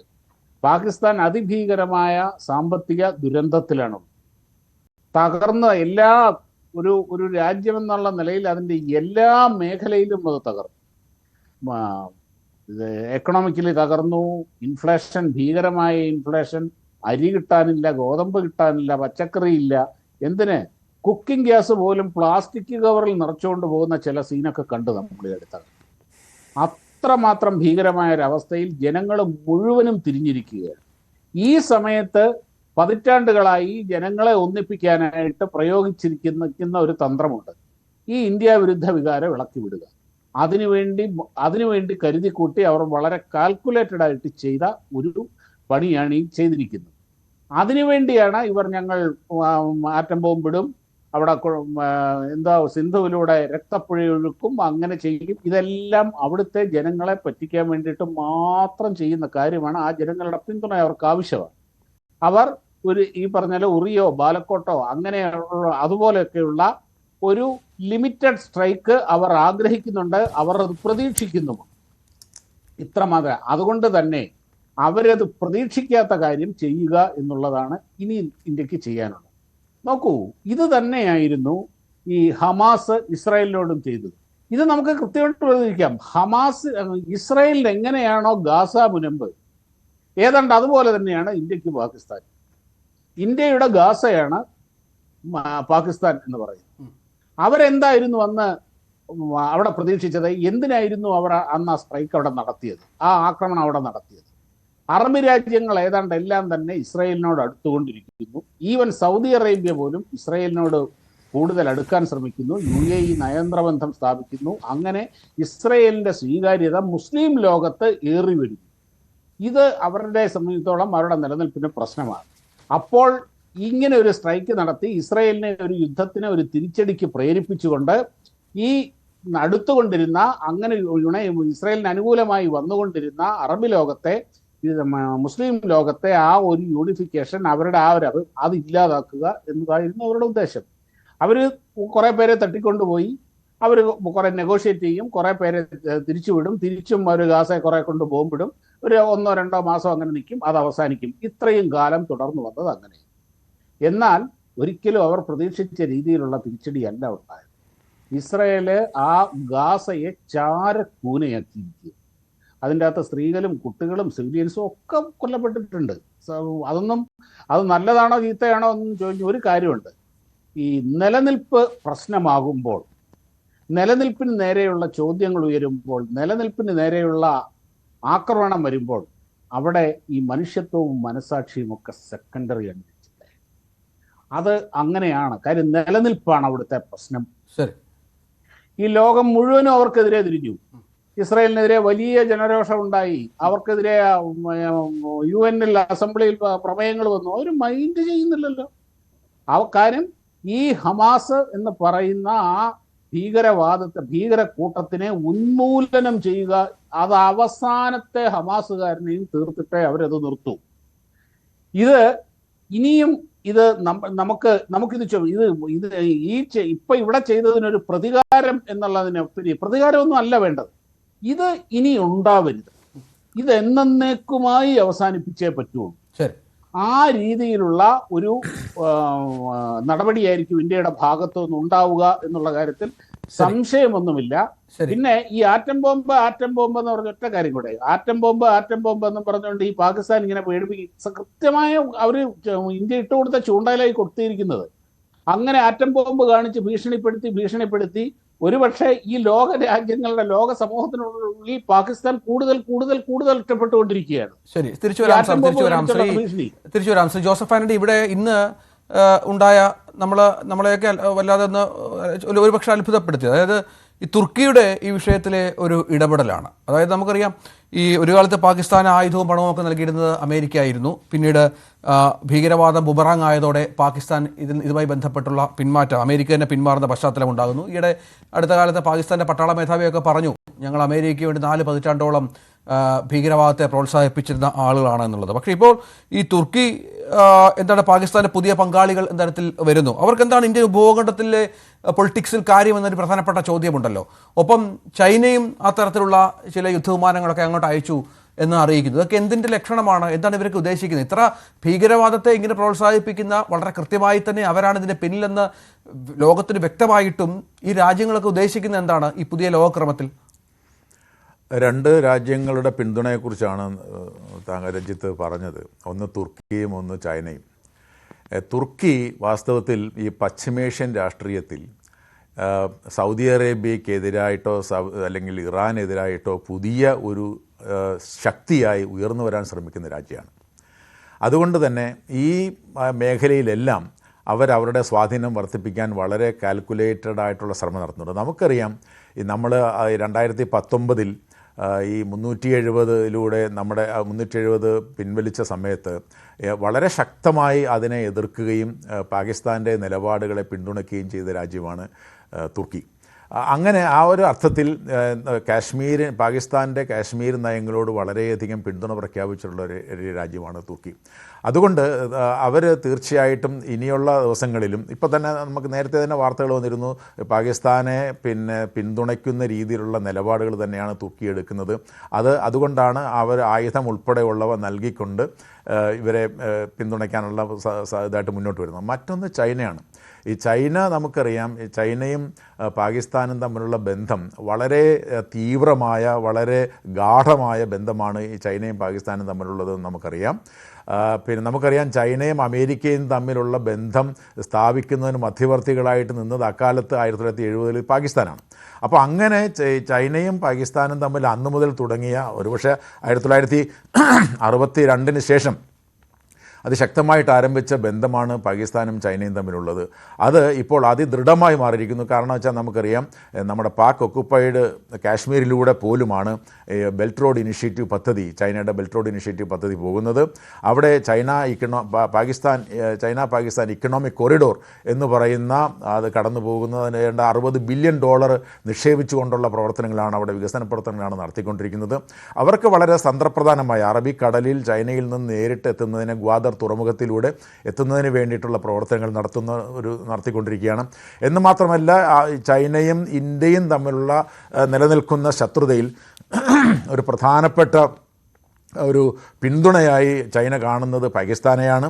അപ്പോൾ അതുകൊണ്ട് തീർച്ചയായിട്ടും വളരെ വലിയ സ്ട്രാറ്റജിക് റിലേഷൻഷിപ്പ് ഉണ്ട് എന്നുള്ളത് കൊണ്ട് ചൈന പാകിസ്ഥാനെ എല്ലാ തരത്തിലും പിന്തുണയ്ക്കാൻ തയ്യാറാകും. ഇപ്പോൾ തന്നെ നമ്മൾ വാർത്തകൾ കാണുന്നത് അവരുടെ വളരെ ശക്തമായ വിമാനങ്ങൾ പാകിസ്ഥാന് നൽകുന്ന തരത്തിലും മിസൈലുകൾ നൽകുന്ന തരത്തിലുമുള്ള നടപടികൾ എടുക്കുന്നുണ്ടോ എന്നുള്ള വാർത്തകൾ വരുന്നുണ്ട്. ഞാൻ നേരത്തെ സൂചിപ്പിച്ചത് അതാണ്, നമുക്ക് ഈ ഒരു ആക്രമണമുണ്ടായപ്പോൾ കാശ്മീരിൽ നടന്ന ആക്രമണത്തെ ചൈന ഉൾപ്പെടെയുള്ള രാജ്യങ്ങൾ അപലപിച്ചെങ്കിൽ ഒരു സംഘർഷത്തിൻ്റെയോ യുദ്ധത്തിൻ്റെയോ മേഖലയിലേക്ക് പോകുമ്പോൾ അമേരിക്ക ഉൾപ്പെടെയുള്ള രാജ്യങ്ങൾ നമ്മളെ പിന്തുണയ്ക്കുമോ? അങ്ങനെയൊക്കെയുള്ള പ്രശ്നങ്ങൾ നമ്മുടെ മുന്നിലുള്ള വലിയ പ്രശ്നമാണ്. അതുകൊണ്ട് അതുകൊണ്ടാണ് നമ്മൾ പറയുന്നത് നമ്മുടെ രാജ്യത്തിൻ്റെ പ്രതിനിധികൾ, പ്രധാനമന്ത്രി ഉൾപ്പെടെയുള്ള ആളുകൾ ഇപ്പോൾ ലോകരാജ്യങ്ങളെ കൺവിൻസ് ചെയ്തുകൊണ്ടിരിക്കുന്നത് ഇതിൻ്റെ പിന്നിൽ പാകിസ്ഥാനാണ്, പാകിസ്ഥാൻ ഭീകരതയുണ്ട്, ISI ഉണ്ട്, പട്ടാളമുണ്ട്. നമുക്ക് ആസിം മുനീർ എന്ന് പറയുന്ന ആളിൻ്റെ, കരസേനാ മേധാവിയായിട്ടുള്ള ആസിം മുനീറിൻ്റെ റോളിനെ കുറിച്ച് നമുക്കറിയാം. അദ്ദേഹം ISIയുടെ ചീഫായിരുന്ന ആളാണ്. ISI ആണ് ഈ പറഞ്ഞ തരത്തിലുള്ള ലഷ്കർ എ തൈബ ആവട്ടെ ബാക്കിയുള്ള ഭീകര സംഘടനകളാകട്ടെ അവരെയൊക്കെ പരിശീലിപ്പിക്കുന്ന ISI ആണെന്നറിയാം. ആ ISIയുടെ തലപ്പത്തിരുന്നുകൊണ്ടാണ് അദ്ദേഹം കരസേനാ മേധാവിയായിട്ട് വന്നിരിക്കുന്നത്. കരസേനാ മേധാവിയായിട്ട് വന്നിരിക്കുന്ന അദ്ദേഹം നമുക്കറിയാം സാധാരണയുള്ള അതിന് മുമ്പിരുന്ന ബജ്വ പോലെയുള്ള കരസേനാ മേധാവികളെ പോലെ അല്ല. ഈ ഖുർആൻ വചനങ്ങൾ ഇങ്ങനെ നിരന്തരം പ്രസംഗങ്ങളിലൂടെ ഉരുവിട്ടുകൊണ്ട് ഈ ആരോടാണോ സംസാരിക്കുന്നത് അവരെ ഈ ഇന്ത്യ വിരുദ്ധതയും അല്ലെങ്കിൽ മുസ്ലിം അല്ലാത്തതുള്ള വിഭാഗങ്ങളോടെല്ലാം ശത്രുത വർദ്ധിപ്പിക്കുന്ന തരത്തിലുള്ള പ്രസംഗങ്ങൾ നടത്തി ആളുകളെ പ്രകോപിപ്പിക്കുന്ന തരത്തിലുള്ള പ്രസംഗം നടത്തുന്ന ആളാണ്. അതാണ് ഒരാഴ്ച മുമ്പ് അദ്ദേഹം നടത്തിയത്. കാശ്മീരിനെ കുറിച്ച് നടത്തിയ പരാമർശം, ഇന്ത്യയും പാകിസ്ഥാനും രണ്ട് രാജ്യങ്ങളാണ്, രണ്ട് സംസ്കാരങ്ങളാണ്, രണ്ട് മതങ്ങളണ്. കാശ്മീർ എന്ന് പറയുന്നത് ഞങ്ങളുടെ കഴുത്തിലെ ഞരമ്പ് പോലെയാണ്, അത് ഞങ്ങൾ ഒരിക്കലും കൈവിടാൻ തയ്യാറാവില്ല എന്ന് പറഞ്ഞതിൻ്റെ തൊട്ടടുത്ത ആഴ്ചയാണ് ഈ ഭീകരാക്രമണം നടന്നിരിക്കുന്നത്. നമുക്കൊരർത്ഥത്തിൽ നമുക്ക് കാണാം ഈ ഭീകരർക്ക് നൽകിയ ഒരു മോട്ടിവേഷൻ സ്പീച്ചായിരുന്നു വാസ്തവത്തിൽ ഈ ആസിം മുനീർ നടത്തിയത്. അപ്പോൾ അങ്ങനെ അത്തരമൊരു നമുക്കറിയാം അവിടുത്തെ ഇവിടെ സൂചിപ്പിക്കപ്പെട്ടതുപോലെ വളരെ ദുർബലമായ രാഷ്ട്രീയ ഭരണകൂടം നിലനിൽക്കുമ്പോൾ സ്വാഭാവികമായും ശക്തിപ്പെടുന്നത് പാകിസ്ഥാനിലെ പട്ടാള ഭരണകൂടമാണ്. അപ്പോൾ പട്ടാള ഭരണകൂടം എന്ത് കാര്യത്തിലും വളരെ ശക്തമായി നിലനിൽക്കുന്ന ഘട്ടങ്ങളിലെല്ലാം ഇന്ത്യക്കെതിരായിട്ടുള്ള ആക്രമണങ്ങൾ ഉണ്ടായിട്ടുണ്ട്. അതുകൊണ്ട് നമ്മൾ മനസ്സിലാക്കേണ്ട കാര്യം ഈ പല നിലകളിൽ ഇതിൽ കുറ്റവാളികളുണ്ട്. ISIയിലുണ്ട്, പട്ടാള ഭരണകൂടത്തിലുണ്ട്, അല്ലെങ്കിൽ മൗദമാലികവാദ ഗ്രൂപ്പുകളിലുണ്ട്, ഭീകര സംഘടനകളുണ്ട്. ഇങ്ങനെ വ്യത്യസ്തങ്ങളായിട്ടുള്ള ഗ്രൂപ്പുകൾ നിലനിൽക്കുന്ന ഒരു രാജ്യമാണ് ഈ ഇന്ത്യയും നമ്മൾ ഒറ്റ വാചകത്തിൽ നമുക്ക് പറയാം, ഈ ഇന്ത്യയും പാകിസ്ഥാനും തമ്മിലുള്ള ബന്ധം ഒരു നോർമൽ രാജ്യവും ഒരു അബ്നോർമൽ രാജ്യവും തമ്മിലുള്ള ബന്ധമാണ്. ഇന്ത്യ ഒരു നോർമൽ രാജ്യമാണെങ്കിൽ പല കാരണങ്ങളാൽ അബ്നോർമാലിറ്റി നിലനിൽക്കുന്ന രാജ്യമാണ്. ഇപ്പോൾ എൻ്റെ സുഹൃത്ത് ഷിനാസ് പറഞ്ഞ പോലെ അവിടെ നിലനിൽക്കുന്ന ആഭ്യന്തര പ്രശ്നങ്ങളൊക്കെ അദ്ദേഹം അക്കമിട്ട് പറഞ്ഞു. BLA ബലൂച്ച് ലിബറേഷൻ ആർമി അല്ലെങ്കിൽ TTP തെഹ്രീക്കെ താലിബാൻ പാകിസ്ഥാൻ എന്ന് പറയുന്ന സംഘടന, ഇമ്രാൻഖാൻ, മറ്റു പല സംഘടനകൾ, ഇതെല്ലാം ചേർന്നുകൊണ്ട് അവിടുത്തെ രാഷ്ട്രീയ മേഖല വളരെ വളരെ ദുർബലമാക്കിയിരിക്കുന്നു. ഇപ്പോൾ ജാഫർ എക്സ്പ്രസ് കഴിഞ്ഞ മാസം എടുത്തുകൊണ്ട് പോയിട്ടാണ് കുറേ പേരെ കൊന്നത്. നമ്മൾ ജാഫർ എക്സ്പ്രസ് നടന്നൊരു സംഭവം കാണേണ്ടത് അവിടെ ഈ ഭീകരന്മാർ നടത്തിയ കണക്കുള്ളൊരു പ്രവർത്തനമാണ് കാശ്മീരിൽ പഹൽഗാമിൽ കണ്ടത്. കാരണം അവിടെയും ആളുകളെ ID ചോദിച്ചുകൊണ്ട് ആൾക്കാരെ തിരിച്ചറിഞ്ഞുകൊണ്ട് ആക്രമണം നടത്തി വധിച്ചുവെങ്കിൽ നമ്മുടെ പഹൽഗാമിൽ സംഭവിച്ചത് ID ചോദിച്ചുകൊണ്ട് പേര് ചോദിച്ചുകൊണ്ട് കൊല്ലുന്ന രീതിയിൽ. അപ്പോൾ ഈ രണ്ട് സിമിലാരിറ്റികൾ നമ്മൾ കാണാൻ കഴിയും. അപ്പോൾ ഇങ്ങനെയുള്ള കാര്യങ്ങളിൽ ഒക്കെ ഒരു എന്താണ് പറയുന്നത്, വളരെ തീവ്രമായി തീക്ഷ്ണമായി ആക്രമണം നടത്തുമ്പോൾ അതിൻ്റെ പിന്നിലുള്ള ആളുകളെ കണ്ടെത്തുക, അതിന് ഏതെല്ലാം തരത്തിലുള്ള നടപടി നമുക്കറിയാം. എന്തുകൊണ്ടാണ് കുറച്ച് നാളായിട്ട് നമ്മൾ പറയുന്നു പാകിസ്ഥാനിൽ നിന്ന് ഒരുപാട് ആക്രമണങ്ങൾ, ഭീകരാക്രമണം ഉൾപ്പെടെ ഉണ്ടായില്ല? എന്തുകൊണ്ടാണത്? അതിൻ്റെ ഏറ്റവും പ്രധാനപ്പെട്ട കാരണം FATF, ഈ ഫിനാൻഷ്യൽ ആക്ഷൻ ടാസ്ക് ഫോഴ്സ് എന്ന് പറയുന്ന സംഘടന അന്തർദേശീയ തലത്തിൽ ഓരോ രാജ്യങ്ങൾക്ക് സാമ്പത്തിക സഹായം നൽകുന്നതിന് ആർക്ക് കൊടുക്കണ്ടയോ എന്ന് തീരുമാനിക്കുന്നത് അത് ബ്ലാക്ക് ലിസ്റ്റിലാണോ ഗ്രേ ലിസ്റ്റിലാണോ എന്ന് കണക്കാക്കിയിട്ടാണ്. പാകിസ്ഥാൻ ഗ്രേ ലിസ്റ്റിലായിരുന്നു. അപ്പോൾ ആ ഗ്രേ ലിസ്റ്റിൽ നിന്നും പുറത്ത് കടക്കുന്നതിന് വേണ്ടിയിട്ടാണ് അവർ സ്ട്രാറ്റജിക് ആയിട്ട് കുറച്ച് ഈ ആക്രമണങ്ങളൊക്കെ നിർത്തിവെച്ചിരുന്നത്. എന്നാൽ 2022 ഗ്രേ ലിസ്റ്റിൽ നിന്ന് പുറത്തു വരികയും IMFൽ നിന്നുള്ള സാമ്പത്തിക സഹായം കിട്ടാൻ തുടങ്ങിയപ്പോഴാണ് വീണ്ടും ഇവർ ഈ ഭീകരാക്രമണങ്ങളിലേക്ക് വന്നതെന്നാണ് നമ്മൾ കണ്ടത്. അപ്പോൾ FATF പോലെയുള്ള ഓർഗനൈസേഷനെ നമ്മൾ ഗൗരവമായിട്ട് ഇനിയും എടുക്കേണ്ടതുണ്ട് എന്നാണ് അതിൻ്റെ സൂചന. തീർച്ചയായും. ശ്രീ ബൈജു തൊട്ടാല, ഇവിടെ നമുക്കറിയാം ഭീകരവാദം താങ്കൾ പ്രതികരിക്കുന്ന UK അടക്കമുള്ള രാജ്യങ്ങളും അതിൻ്റെ ഇരകളാണ്, ബാധിക്കുന്നതാണ്. ലോകമൊട്ടാകെ ഇതിനെതിരെ നിലനിൽക്കുന്ന അല്ലെങ്കിൽ നിലപാടെടുക്കുന്ന ഘട്ടമാണ്. ഇപ്പോൾ ട്രംപ് പോലും അത്തരം അഭിപ്രായങ്ങൾ പറയുന്നുണ്ട് തുടർച്ചയായി. അവിടെ താങ്കൾ പറഞ്ഞതുപോലെ ഈ ആരാണ് ഉത്തരവാദികൾ എന്നുള്ളത്, അവരെ മാത്രം തീർക്കുക എന്നത് അതിനുള്ളൊരു പരിഹാരമല്ലല്ലോ. ഇതിൻ്റെ വേരിറക്കുക, സഹായിക്കുന്ന ആര്, ഇനി അത് സൃഷ്ടിക്കാതിരിക്കുക. പലപ്പോഴും നമ്മൾ സർജിക്കൽ സ്ട്രൈക്കൊക്കെ നടത്തിയപ്പോൾ കുറേ ആളുകളെ, കുറേ ഭീകരരെ കൊല്ലാൻ സാധിച്ചു എന്നതിനപ്പുറം അതിന് പൂർണ്ണമായും അവസാനിപ്പിക്കാനായിട്ടില്ല. അങ്ങനെ പൂർണ്ണമായി അവസാനിപ്പിച്ചാൽ മാത്രമേ ഇനിയും നമുക്ക് സമാധാനമായി നമ്മുടെ കശ്മീർ പോലെയുള്ള മനോഹരമായ സംസ്ഥാനത്തിന്, നമ്മുടെ പ്രദേശത്തിന് സമാധാനം വരെ. ഇന്നിപ്പോൾ സംസാരിക്കുന്ന അവിടുത്തെ ആളുകളൊക്കെ പറയുന്നത് ഞങ്ങൾ എത്ര സമാധാനത്തോടെ, ഞങ്ങളുടെ ടൂറിസവുമായി ബന്ധപ്പെട്ട് ഞങ്ങൾക്ക് വലിയ വികസനം വന്നു, ഞങ്ങൾക്ക് ജീവനോപാധി കിട്ടി, ഞങ്ങൾക്ക് ജീവിക്കാൻ സാധിക്കുന്നു, ഇവിടേക്ക് കോടിക്കണക്കിന് ആളുകൾ വരുന്നു. അങ്ങനെ സംഭവിക്കണമെങ്കിൽ, അക്കാര്യങ്ങൾ ഇനി ആവർത്തിക്കാതിരിക്കണമെങ്കിൽ ഇതിന് പരിശീലനം നൽകുന്ന രാജ്യത്തെ അവർ കൃത്യമായി തിരിച്ചടി നൽകണം. അത് അനിവാര്യമാണ് താനും. അപ്പം അതായത് ആ രാജ്യത്തെ തന്നെ ഇല്ലാതാക്കി കളയാനാണ് ഉദ്ദേശിക്കുന്നത്. അങ്ങനെയല്ല, എന്താണ് അവർക്ക് മറുപടി കൊടുക്കുക? അവരിനി ഇത്തരം കാര്യങ്ങൾ അതാണ് ഞാൻ പറഞ്ഞത്, ചെയ്യാതിരിക്കാനുള്ള തരത്തിൽ അവർക്ക് കൃത്യമായ മറുപടി കൊടുക്കുക. ഇപ്പോൾ ചില മേഖലകളിൽ മാത്രം പോയി അറ്റാക്ക് ചെയ്തിട്ട് കുറച്ച് ഭീകരരെ കൊന്നു കഴിഞ്ഞാൽ അവർ പിന്നെയും വളർത്തും ആളുകളെ. അല്ല, പിന്നെ അതാ പറഞ്ഞ, അതിന്റെ ആരാണോ ഇതിന്റെ കാരണക്കാരൻ അവരെ തപ്പിപ്പിടിച്ച് കൃത്യമായി പണിഷ് ചെയ്യുക. അതാണ് നമ്മുടെ പ്രധാനമന്ത്രി പറഞ്ഞതും അത് തന്നെയാണ്. അല്ലാതെ ഇപ്പം നമുക്കിപ്പോൾ ഇത് എന്നേക്കുമായി ഈ വിഷയം തീർത്ത് കളയുക എന്നൊക്കെ പറയുന്നത് എന്തിലേക്കാണ് അത് പോകും? നിന്നിട്ട് നമ്മുടെ ഗാസയിൽ കണ്ടില്ലേ, പെണ്ണുങ്ങളും കുട്ടികളും ഒക്കെ മരിച്ചിട്ടുണ്ടാവും. അതങ്ങനെയാണ് അങ്ങനെയൊന്നും നമുക്കിതിനെ കാണാൻ പറ്റില്ല. ഇപ്പം ഉദാഹരണമായിട്ട് ഞാൻ ക്ലാസിക്കൽ എക്സാമ്പിൾ പറയാം. എനിക്ക് ഈ നമ്മുടെ CA ബില്ല് വന്നപ്പോഴാണ് കേംബ്രിഡ്ജിൽ ഒരു വലിയ റാലി നടത്തി CAക്കെതിരെ. ഇംഗ്ലീഷുകാരും മറ്റേ ആഫ്രിക്കക്കാരും എല്ലാം അതായത് മൾട്ടി ഫെയ്ത്ത് ഉള്ള കമ്മ്യൂണിറ്റീസ് വന്നു. അപ്പോൾ അതിൽ വന്ന് ഒരു പാകിസ്ഥാനിൽ നിന്ന് ഒരാൾ പ്രസംഗിക്കാൻ തുടങ്ങിയത് വി ഷുഡ് പ്രസ് നമ്മൾ ബട്ടൺ പ്രസ് ചെയ്യണം. അദ്ദേഹത്തെ ആ സ്റ്റേജിൽ നിന്നും പാകിസ്ഥാനിൽ നിന്ന് തന്നെ വന്ന ആളുകൾ ചെവിക്ക് പിടിച്ച് പുറത്തിറക്കി. അത് സ്റ്റേജിൽ നിറക്കി വിട്ട ആളെ. അപ്പോൾ ഇതിൽ അപ്പോൾ ആ സ്റ്റേജിൽ നിറക്കി വിട്ട ആളുകൾ മൊത്തം സമാധാനം ആഗ്രഹിക്കുന്നവരാണ്. അപ്പം നമുക്കിതിൽ കുറെ ആളുകൾ ഇതിൽ പ്രശ്നക്കാരാണ്, ടെററിസം അവർ പ്രൊമോട്ട് ചെയ്യുന്നുണ്ട് എന്നുള്ള കാര്യത്തിൽ ആർക്കും സംശയമില്ല. ലോകത്തിൽ ആർക്കും സംശയമുണ്ടെന്ന് എനിക്ക് തോന്നുന്നില്ല. അപ്പോൾ അതുകൊണ്ട് നമ്മൾ ഇതിനെ എന്നേക്കുമായി എലിമിനേറ്റ് ചെയ്ത് കളയണം, ഉന്മൂലനം ചെയ്ത് കളയണം എന്ന് പറയുന്നത് അത് എവിടെയാണ് അവസാനിപ്പിക്കുന്നത് എനിക്കറിയാൻ പറ്റത്തില്ല. അങ്ങനെയാണെങ്കിൽ ഈ ലോകരാജ്യങ്ങൾ ഒന്നും പറയില്ലായിരുന്നല്ലോ നമുക്കൊരു പീസ്ഫുൾ സെറ്റിൽമെന്റിന് പോകണം. ഇതിൽ എൻ്റെ ലൈൻ നെഹ്റുവിൻ്റെ ലൈനാണ്. അതായത് മനുഷ്യത്വപരമായി കുറ്റവാളികളെ കൃത്യമായി ശിക്ഷിക്കുക, അതിൻ്റെ അടിവേര് കട്ട് ചെയ്യുക. ആ അടിവേര് കട്ട് ചെയ്തുകൊണ്ട് ബാക്കിയുള്ള കാര്യങ്ങൾ നെഗോഷിയേഷനിലൂടെ സെറ്റ് ചെയ്യുക. അല്ലാതെ ഇത് എന്നേക്കുമായി ഇന്ത്യ ഉള്ളിടത്തോളം, പാകിസ്ഥാൻ ഉള്ളിടത്തോളം ഇന്ത്യക്ക് പ്രശ്നമാണ് എന്നുള്ളൊരു നരേറ്റീവൊക്കെ അത് നമുക്ക് ഒരിക്കലും അക്സെപ്റ്റ് ചെയ്യാൻ പറ്റുന്ന നരേറ്റീവല്ല. നമ്മളിപ്പോൾ ഇന്ത്യയിൽ ഇരുന്നു കൊണ്ട് കാണുന്ന ഇന്ത്യക്കാർ മാത്രമല്ലല്ലോ, ഇന്ത്യക്ക് പുറത്തും എന്തോരം ഇന്ത്യക്കാരുണ്ട്, ഇന്ത്യക്ക് പുറത്ത് എന്തോരം ബംഗ്ലാദേശികളുണ്ട്. അപ്പം നമ്മളിതിനെ ഇന്ത്യയിൽ മാത്രം ആ കോണ്ടാക്റ്റിൽ നിന്ന് മാത്രം കാണരുത്. ഇതൊരു ഇന്റർനാഷണൽ പ്രശ്നമാണ്. ഇപ്പം ഞാൻ ക്ലാസിക് എക്സാമ്പിൾ പറയാം. ഇന്നലെ മിനിങ്ങാന്ന് ഇവിടെ ലണ്ടനിൽ എനിക്ക് തോന്നുന്നത് പാകിസ്ഥാൻ എംബസിയുടെ മുമ്പിൽ വി ആർ ഹിന്ദുസ് എന്ന് പറഞ്ഞ് കുറേ ആളുകൾ ബോർഡും വെച്ച് സമരം ചെയ്യാൻ പോയി. അല്ലെങ്കിൽ ഞാനത് കണ്ടിട്ട് ഇത് പലരും അതിനെ ക്രിട്ടിസൈസ് ചെയ്തു. അതായത് ഹിന്ദു രാജ്യവും മുസ്ലിം രാജ്യവും തമ്മിലല്ല ഫൈറ്റ്, ഇന്ത്യയും പാകിസ്ഥാനും തമ്മിലാണ്. India is A secular state ആണ്, യൂണിറ്റി ഇൻ ഡൈവേഴ്സിറ്റി. അപ്പോൾ അത് പ്രൊവോക്ക് ചെയ്യുക എന്നുള്ളത്, നമ്മുടെ കൂട്ടത്തിലുള്ള ആളുകൾ എന്താണ് പ്രൊമോട്ട് ചെയ്യുന്നുള്ളതും പ്രശ്നമാണ്. ഇപ്പോൾ അങ്ങനെ ഞാൻ ക്രിസ്ത്യാനി, എനിക്ക് പോകാൻ പറ്റിയല്ലോ സമരത്തി. വി ആർ ഹിന്ദുസ് എന്ന് പറഞ്ഞ് പോകുമ്പോൾ എനിക്ക് പോകാൻ പറ്റുമോ? ഞാൻ ഇന്ത്യനാണ്. അപ്പോൾ നമ്മൾ ഈ വിഷയത്തെ അഡ്രസ്സ് ചെയ്യുന്നത് ഉന്മൂലന സിദ്ധാന്തം കൊണ്ടല്ല. ഈ യഥാർത്ഥ ക്രിമിനൽസിനെ അല്ലെ അതിൻ്റെ ഫണ്ട് കൊടുക്കുന്നവരെ, അതിൻ്റെ കൾപ്രിറ്റ്സിനെ കൃത്യമായി എലിമിനേറ്റ് ചെയ്ത് കളയുക. അതിന് റൂട്ട് കോസിൽ ചെന്ന് തപ്പിയെടുത്ത് അതിനെ തീർത്ത് കളയുക, അല്ലെങ്കിൽ അവരെ പണിഷ് ചെയ്യുക.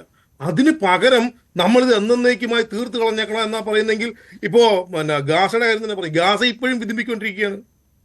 ഗാസയിൽ നടക്കുന്നത് അതിന്റെ ബാക്കി പൊളിറ്റിക്കൽ ഡയമെൻഷനൊക്കെ പോട്ടെ, ഈ കുട്ടികളും കുഞ്ഞുങ്ങളും മരിക്കുന്നത് അതിന് കാരണക്കാരും ആട്ടെ, ഇന്നസെന്റായ ആളുകൾ കൊല്ലപ്പെട്ടു പോകുന്നത് നമുക്ക് ചുമ്മാ നോക്കിയെന്ന് കാണാൻ പറ്റില്ല, അതിനെ പ്രതികരിക്കാൻ തോന്നുന്നു സ്വാഭാവികമായും. നമുക്കിത് ഇന്ത്യൻ കോണ്ടെക്സ്റ്റിൽ മാത്രം നിന്നുകൊണ്ട് സംസാരിക്കുന്ന ഒരു പ്രശ്നമല്ല. ഇതൊരു ഇന്റർനാഷണൽ പ്രശ്നമാണ്. ഞാൻ കുറച്ചു മുമ്പ് ഞാൻ പറഞ്ഞ പോലെ ഈ ന്യൂക്ലിയർ യുദ്ധത്തിലേക്ക് പോകുമ്പോൾ സ്വാഭാവികമായും ഇന്റർനാഷണൽ കമ്മ്യൂണിറ്റിയുടെ അല്ലെ ഇന്റർനാഷണൽ ലീഡർഷിപ്പിന്റെ തീരുമാനങ്ങളിൽ മാറ്റമുണ്ടാവും. അതിപ്പം ഇസ്രായേൽ ഇതിലൊക്കെ ഉണ്ടായിട്ടും മുഴുവൻ അടിച്ചു തീർത്തില്ല, ഇത്രയും കാലമായിട്ടും അടിച്ചിട്ടും തീർന്നില്ലല്ലോ. അപ്പൊ അങ്ങനെ നമുക്ക് ആയുസ്കാലം മുഴുവൻ ഇവർ ചാകുന്നിടം വരെ അടിച്ചുകൊണ്ടിരിക്കാനും പറ്റില്ല. ഇതിൽ ബയലാട്രൽ, അതായത് ഈ പദാർത്ഥ പ്രശ്നക്കാരെ പിടിക്കുകയും അവരെ കൃത്യമായി പണിഷ് ചെയ്യുകയും അതിനുശേഷം ഇപ്പൊ കുറച്ച് എനിക്ക് മുമ്പ് പറഞ്ഞ പോലെ നമ്മളൊരു വീട് അങ്ങ് തകർത്ത് കഴിഞ്ഞാൽ ആ വീട്ടിൽ കാണും കൊച്ചു പിള്ളേര്, അവർക്ക് ഇതിനെപ്പറ്റി യാതൊരു ബന്ധവും കാണില്ല. ഇപ്പൊ ഞാൻ ഉദാഹരണമായിട്ട് പണ്ട് ഇവിടെ ലണ്ടനിൽ ഈ അറ്റാക്ക് നടന്നപ്പോ ഈ നമ്മുടെ 9/11 ആണ് എനിക്ക് തോന്നുന്നത്, ഈ ട്യൂബില്, ഈ അണ്ടർഗ്രൗണ്ട് ട്യൂബില് സ്ഫോടനം നടന്നു. ഒരു അധ്യാപകനായിരുന്നു. ആ അധ്യാപകന്റെ ഭാര്യയ്ക്ക് അറിയില്ലായിരുന്നു, മക്കൾക്കറിയില്ലായിരുന്നു, ആർക്കും അറിയില്ല ഇതിനെപ്പറ്റി. അപ്പൊ ആ ഫാമിലി മൊത്തം നമുക്ക് ഉന്മൂലനം ചെയ്യാൻ പറ്റുമോ? ഇല്ലല്ലോ. അതിൽ ഇന്നസെന്റ് വിക്ടിം ഉണ്ടെങ്കിൽ അവരെ നമുക്ക് ഒരു കാരണവശാലും ഉപദ്രവിക്കാനോ ശിക്ഷിക്കാനോ പറ്റില്ല. അപ്പോൾ യഥാർത്ഥ പ്രശ്നക്കാർ ഇപ്പം ബിലാവൽ ഭൂട്ടോ ഒക്കെ ഇരുന്ന് പറഞ്ഞൊക്കെ റെത്തറിക്കായി മാത്രം കാണുന്നയാളാണ് ഞാൻ. ഇത് യഥാർത്ഥത്തിൽ ഈ കുറച്ച് മുമ്പ് ആരോ പറഞ്ഞ പോലെ അവിടുത്തെ സാമ്പത്തിക പ്രശ്നമാണ്. ഇപ്പം ബലൂചിസ്ഥാനിലെ ഇഷ്യൂ എന്ത് ചെയ്യാൻ പറ്റി? ഒന്നും ചെയ്തില്ല. എന്താണ് അതിന്റെ, അതായത് ബലൂചിസ്ഥാൻ ഇൻഡിപെൻഡന്റ് ആക്കാൻ ബലൂചിസ്ഥാൻ ലിബറേഷൻ മൂവ്മെന്റ് ആണ് അതിന്റെ ബാക്കിലുള്ളതാണ് ഞാൻ മനസ്സിലാക്കിയത്. അപ്പൊ അങ്ങനെയുള്ള ആഭ്യന്തര പ്രശ്നങ്ങൾ ഗുരുതരമായി നിൽക്കുന്ന പാകിസ്ഥാനിൽ ഈ പ്രശ്നങ്ങൾ ഉണ്ടാകുമ്പോൾ ഈ ടെററിസ്റ്റ് ക്യാമ്പുകൾ, ഈ ടെററിസ്റ്റ് ഗ്രൂപ്പുകളെ കൃത്യമായി പണിഷ് ചെയ്യാൻ വളരെ എളുപ്പമാണ് എന്ന് വിശ്വസിക്കുന്ന ഒരാളാണ് ഞാൻ. അല്ലാതെ നമ്മൾ ഇത് ഈ പ്രശ്നം എന്നേക്കും നമുക്ക് ഓപ്പറേഷൻ ബ്ലൂ സ്റ്റാർ മൊത്തം തീർത്തേക്കാം എന്നാ പറയുന്നെങ്കിൽ അതിനെയൊന്നും നമുക്ക് ശ്രീ ഷാവു പ്രസാദ്, ശ്രീ ബൈദുട്ടാല പറഞ്ഞ ചില കാര്യങ്ങളുണ്ട്, അതിന് മറുപടി വേണം. ഒപ്പം ഇത്തരത്തിൽ പാകിസ്ഥാനെ അത്തരത്തിൽ നമ്മൾ സംസാരിച്ച പോലെ ദുർബലമാക്കാനുള്ള ശ്രമങ്ങൾ ഉണ്ടാവണം. നയതന്ത്രപരമായ പല തീരുമാനങ്ങളും എടുത്തിട്ടുണ്ട്. ഇപ്പോൾ സിന്ധു നദിയിലെ കരാറടക്കമുള്ള കാര്യങ്ങൾ, അങ്ങനെ ലോകരാജ്യങ്ങളെ ബോധ്യപ്പെടുത്താവുന്ന തെളിവുകൾ ഹാജരാക്കി അവരെ ഒറ്റപ്പെടുത്തുക, അതിനുള്ള ശ്രമങ്ങൾ നടത്തുക, അങ്ങനെ ഒരുപാട് നീക്കങ്ങൾ നയതന്ത്രകാലത്ത് നടക്കുന്നുണ്ട് താനും. ഇവിടെ ശ്രീ ബൈജു തട്ടാല പറയുന്നത് ആദ്യം നെഹ്റുവിന്റെ നയമാണ് പറയുന്നത്. ആദ്യം അടിക്കുക, പിന്നെ നെഗോസിയേഷൻസിൻ്റെ അകത്തൂടെ കാര്യങ്ങൾ തീർക്കുക. ഇന്ത്യയുടെ ചരിത്രത്തിൽ എന്തെങ്കിലും അത് നടന്നിട്ടുണ്ടോ?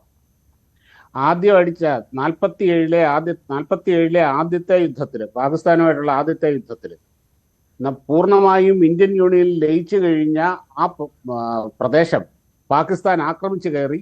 ഒടുവിൽ ഇന്ത്യൻ സൈന്യം ഇറങ്ങി അവരെ തുരത്താൻ തുടങ്ങി. ഒരു ഘട്ടത്തിലെത്തിയപ്പോൾ UN-നെ കൊണ്ട് ഇടവെച്ച് അദ്ദേഹത്തിന്റെ നെഗോസിയേഷൻ, ഈ പറഞ്ഞ നെഗോസിയേഷനിൽ കൂടെ തീർക്കാനായിട്ട് ഇറങ്ങി. അന്ന് തുടങ്ങിയ പ്രശ്നമാണ്. അതേസമയം അന്നത് ആ യുദ്ധം സൈനികരെ പൂർണ്ണമായി സൈന്യത്തിന് സ്വാതന്ത്ര്യം കൊടുത്ത് അന്നത് അവസാനിപ്പിച്ചിരുന്നുവെങ്കിൽ ആ പ്രശ്നം എന്നേക്കുമായി അന്ന് കഴിയുമായിരുന്നു. ചൈനയുമായിട്ട് നെഗോസിയേഷൻ, ഇന്ത്യ ചീനി ബായി ബായി എന്തായിന്ന് നമ്മൾ കണ്ടതാണ്. നെഹ്റുവിന്റെ ഇന്ത്യ ചീനി ബായി ബായിയുടെ കഥ. ഇങ്ങനെ ഈ ഭീകരതയെ അങ്ങനെ അവസാനിപ്പിക്കാൻ കഴിയില്ല. ഭീകരതയെ എങ്ങനെ കൈകാര്യം ചെയ്യണം എന്നുള്ളതിൻ്റെ ഏറ്റവും വലിയ ഉദാഹരണമാണ് നമ്മുടെ തൊട്ടയൽ രാജ്യമായ ശ്രീലങ്ക. ഈ ലോകത്തിലെ ഏറ്റവും വലിയ, ചരിത്രത്തിലെ ഏറ്റവും വലിയ ഭീകര സംഘടനയായിരുന്നു LTT. കര, വ്യോമ, നാവിക സേനകളുള്ള ഒരേ ഒരു ഭീകര സംഘടനയായിരുന്നു LTT. ബാക്കി എല്ലാവരും ഒന്ന് ആലോചിച്ച് നോക്കുക. ഒരു സമ്പൂർണ്ണ സൈന്യമായിരുന്നു LTT എന്ന് പറയുന്നത്. എങ്ങനെയാണ് ഇന്ന് ശ്രീലങ്ക ലോകത്തിലെ ഏറ്റവും വലിയ ടൂറിസ്റ്റ് സ്പോട്ടുകളിൽ ഒന്നായി മാറിയത്? ഉന്മൂലനം ചെയ്തിട്ട് തന്നെയാണ്, തുടച്ചു നീക്കിയിട്ട് തന്നെയാണ്. അവിടെ മനുഷ്യത്വവും മനസാക്ഷിയും ഒന്നും അല്ല. അതിൻ്റെ അകത്ത് മനസാക്ഷിക്ക് നിരക്കാത്ത, നമ്മൾ സാധാരണഗതിയിൽ നോക്കുമ്പോൾ നിരക്കാത്ത ഒരുപാട് കാര്യങ്ങളുണ്ടായി. പക്ഷേ ആ ശ്രീലങ്കയിലെ ഒരുപാട് തലമുറകളാണ് പിന്നെ രക്ഷപ്പെട്ടത്. അതുകൊണ്ട് എത്രയോ വരും തലമുറകൾ മുഴുവനും സമാധാനത്തോടെ ജീവിക്കാവുന്ന അവസ്ഥ അതുണ്ടായത് ആ ഉന്മൂലനം അവിടെ നടപ്പാക്കിയത് കൊണ്ടാണ്. ഭീകരരെ ഉന്മൂലനം ചെയ്യുക എന്നുള്ളത് തന്നെയാണ്. ഇനിയിപ്പോൾ ഇവിടെ പാകിസ്ഥാനെ മുഴുവനും ഉന്മൂലനം ചെയ്യണം, കത്തിച്ചു കളയണമെന്നൊന്നും അല്ല പറഞ്ഞത്. പക്ഷേ ഇനി ഇത് ആവർത്തിക്കാത്ത വിധത്തിൽ അത് ചെയ്യണം. ഇദ്ദേഹം ഇവിടെ നിന്ന് പറയുന്നു അതിന്റെ സോഴ്സ് ആൾക്കാരെ കണ്ടെത്തി പണിഷ് ചെയ്യണം. ഇങ്ങനെ കണ്ടെത്തി പണിഷ് ചെയ്താണ് ഈ ഗതിയിൽ എത്തിയത് സാർ. കുറെ കാലമായി ഈ കണ്ടെത്തി പണിഷ് ചെയ്യൽ തുടങ്ങിയിട്ട്. ആ പണിഷ് ചെയ്യൽ മതി. ഇനിയും ഈ പറഞ്ഞതുപോലെ ഇനി ഇത് ആവർത്തിക്കാത്ത രീതിയിൽ അത് പാകിസ്ഥാനെ 2 or 4 ആക്കിയാൽ, അങ്ങനെ ഇവിടെ 71 ഇങ്ങനെ ശല്യം സഹിക്കാൻ വയ്യാതായപ്പോഴാണ് നമ്മൾ ഇടപെട്ട് ആ ബംഗ്ലാദേശിനെ വെട്ടിമുറിച്ച് വേറൊരു രാജ്യമാക്കിയത്. ആ അവസരം നമ്മുടെ രാജ്യം കൊണ്ടുപോയി കളഞ്ഞു, അത് വേറെ കാര്യം. അന്ന് കാശ്മീർ പ്രശ്നം അവസാനിപ്പിക്കാവുന്ന ആ ഒരു അവസരം ഷിംല കരാറിൽ കൂടെ കൊണ്ട് കളഞ്ഞു. അത് വേറെ ചരിത്രം. ഇങ്ങനെ ഈ പറഞ്ഞതുപോലെ ലിമിറ്റഡ് ആയിട്ടുള്ള വളരെ സ്പെസിഫിക് ആയിട്ടുള്ള അയ്യോ അവിടുത്തെ സാധാരണക്കാർക്ക് എന്ത്, ഞാൻ ഈ പറയുന്നത് ചിലപ്പോൾ എന്നെ മനുഷ്യനായിട്ട് കൂട്ടാൻ പറ്റില്ല എന്നൊക്കെ നിങ്ങൾ പറയുമായിരിക്കും. എന്തെങ്കിലും സംഭവിക്കുമോ, അങ്ങനെ നോക്കിയോ, ഇനി ലോകരാജ്യങ്ങൾ എന്തെങ്കിലും അഭിപ്രായം പറയുമോ, അവർ നമുക്കെതിരെ തിരിയോ, അവർക്കെന്തോ തോന്നും, ഇവർക്കെന്തോ തോന്നും, അമേരിക്ക എന്ത് വിചാരിക്കും, റഷ്യ എന്ത് വിചാരിക്കും, ചൈന എന്ത് വിചാരിക്കും എന്നൊക്കെ പറഞ്ഞുകൊണ്ടിരുന്നു കഴിഞ്ഞാൽ ഇനിയുള്ള തലമുറകളും ഈ ഭീകരവാദം ചുമക്കേണ്ടി വരും. ഒരു സംശയവുമില്ല. വളരെ കഷ്ടപ്പെട്ടാണ് കാശ്മീരിൽ നോർമൽസി തിരിച്ചു കൊണ്ടുവന്നത്. അവിടുത്തെ ജനങ്ങളുടെ സാധാരണക്കാരുടെ ജീവിതം മെച്ചപ്പെട്ടത്, അവരുടെ വരുമാനം മെച്ചപ്പെട്ടത്. അങ്ങനെ വരുമ്പോൾ, അങ്ങനെ കൊണ്ടുവന്നപ്പോൾ അതിനെ തകർക്കുന്ന രീതിയിൽ, ഈ രീതിയിൽ ഇങ്ങനെ ഒരു അയൽരാജ്യം അടുത്ത് കിടന്ന് ഇതുപോലെ ശല്യം ചെയ്തുകൊണ്ടിരുന്നു കഴിഞ്ഞു കഴിഞ്ഞാൽ അൾട്ടിമേറ്റ് ആയിട്ടുള്ള ചില ഡിസിഷൻസ് രാജ്യങ്ങൾക്ക് എടുക്കേണ്ടി വരും. അത് വേണ്ടി വരും. എന്തുകൊണ്ടാണ് ഇപ്പൊ ട്വിൻ ടവർ ഇവര് തകർത്തപ്പോൾ, അമേരിക്കയിലെ 9/11 തകർത്തു കഴിഞ്ഞപ്പോൾ അമേരിക്ക ഇതേപോലെ തെരഞ്ഞു പിടിക്കുകയാണോ ചെയ്തത്? ഒന്നുമല്ലല്ലോ. ആ അഫ്ഗാനിസ്ഥാനിൽ അങ്ങോട്ട് ആക്രമിക്കുകയാണ് ചെയ്തത്. അത് ചെയ്തേ പറ്റുള്ളൂ രാജ്യങ്ങൾക്ക്. ഭീകരത എന്ന് പറയുന്നത് അതിനെ ഡിപ്ലോമാറ്റിക് ആയിട്ട് കൈകാര്യം ചെയ്യാൻ കഴിയില്ല. ഭീകരതയ്ക്ക് ഡിപ്ലോമസി ഇല്ല. അവിടെ അവർക്ക് മനസ്സിലാകുന്നത് വെടിയുണ്ടയുടെ ഭാഷ മാത്രമാണ്. അത് റൂത്ത്ലെസ് ആയിട്ട് ചെയ്യേണ്ടി വന്നു കഴിഞ്ഞാൽ അങ്ങനെ തന്നെ ചെയ്യേണ്ടി വരും. അല്ലാതെ നെഹ്റുവിനെ പോലെ ആദ്യം ആക്രമിക്കുക, ഒന്ന് ചെയ്യുക, പിന്നെ നെഗോഷിയേറ്റ് ചെയ്യുക, അങ്ങനെ ചെയ്ത് മാന്തി പുണ്ണാക്കിയാണ് ഇത് ഇത്ര നാശകോടാലിയാക്കിയത്. അവിടെ അങ്ങേക്ക് അവിടെ ഇരുന്ന് സുഖമായിട്ടിരുന്ന് ഇങ്ങനെ അഭിപ്രായം പറഞ്ഞാൽ മതി മറ്റുള്ളവർക്ക്. ഒരു രാജ്യത്തിന്റെ നിലനിൽപ്പാണ് ഇവിടെ പ്രശ്നമായിരിക്കുന്നത്. ഒരു രാജ്യത്തിന്റെ ഭാവിയാണ് ഇവിടെ പ്രശ്നമായിരിക്കുന്നത്.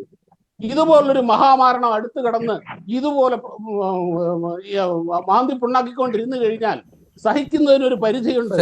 ആ പരിധി എല്ലാം കഴിഞ്ഞു. ആ ലൈനെല്ലാം കഴിഞ്ഞു.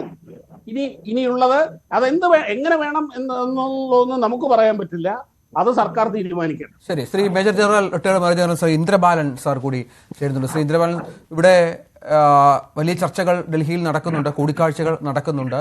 നമ്മളൊക്കെ പ്രതീക്ഷിക്കുന്നത് ഇനി എന്താണ് നമ്മുടെ നീക്കം എന്നുള്ളതാണ്. നയതന്ത്രതലത്തിൽ പല നീക്കങ്ങളും നടക്കുന്നുണ്ട് എങ്കിൽ പോലും മറ്റ് കാര്യങ്ങളിലേക്ക് കടക്കുമോ എന്നുള്ളത് കൂടി കാത്തിരിക്കുകയാണ്. എന്തൊക്കെയാണ് താങ്കൾ കാണുന്ന സാധ്യതകൾ? ശ്രീ ഇന്ദ്രബാലൻ. ഹലോ, കേൾക്കാമോ? കേൾക്കാം സാർ, പറയാം.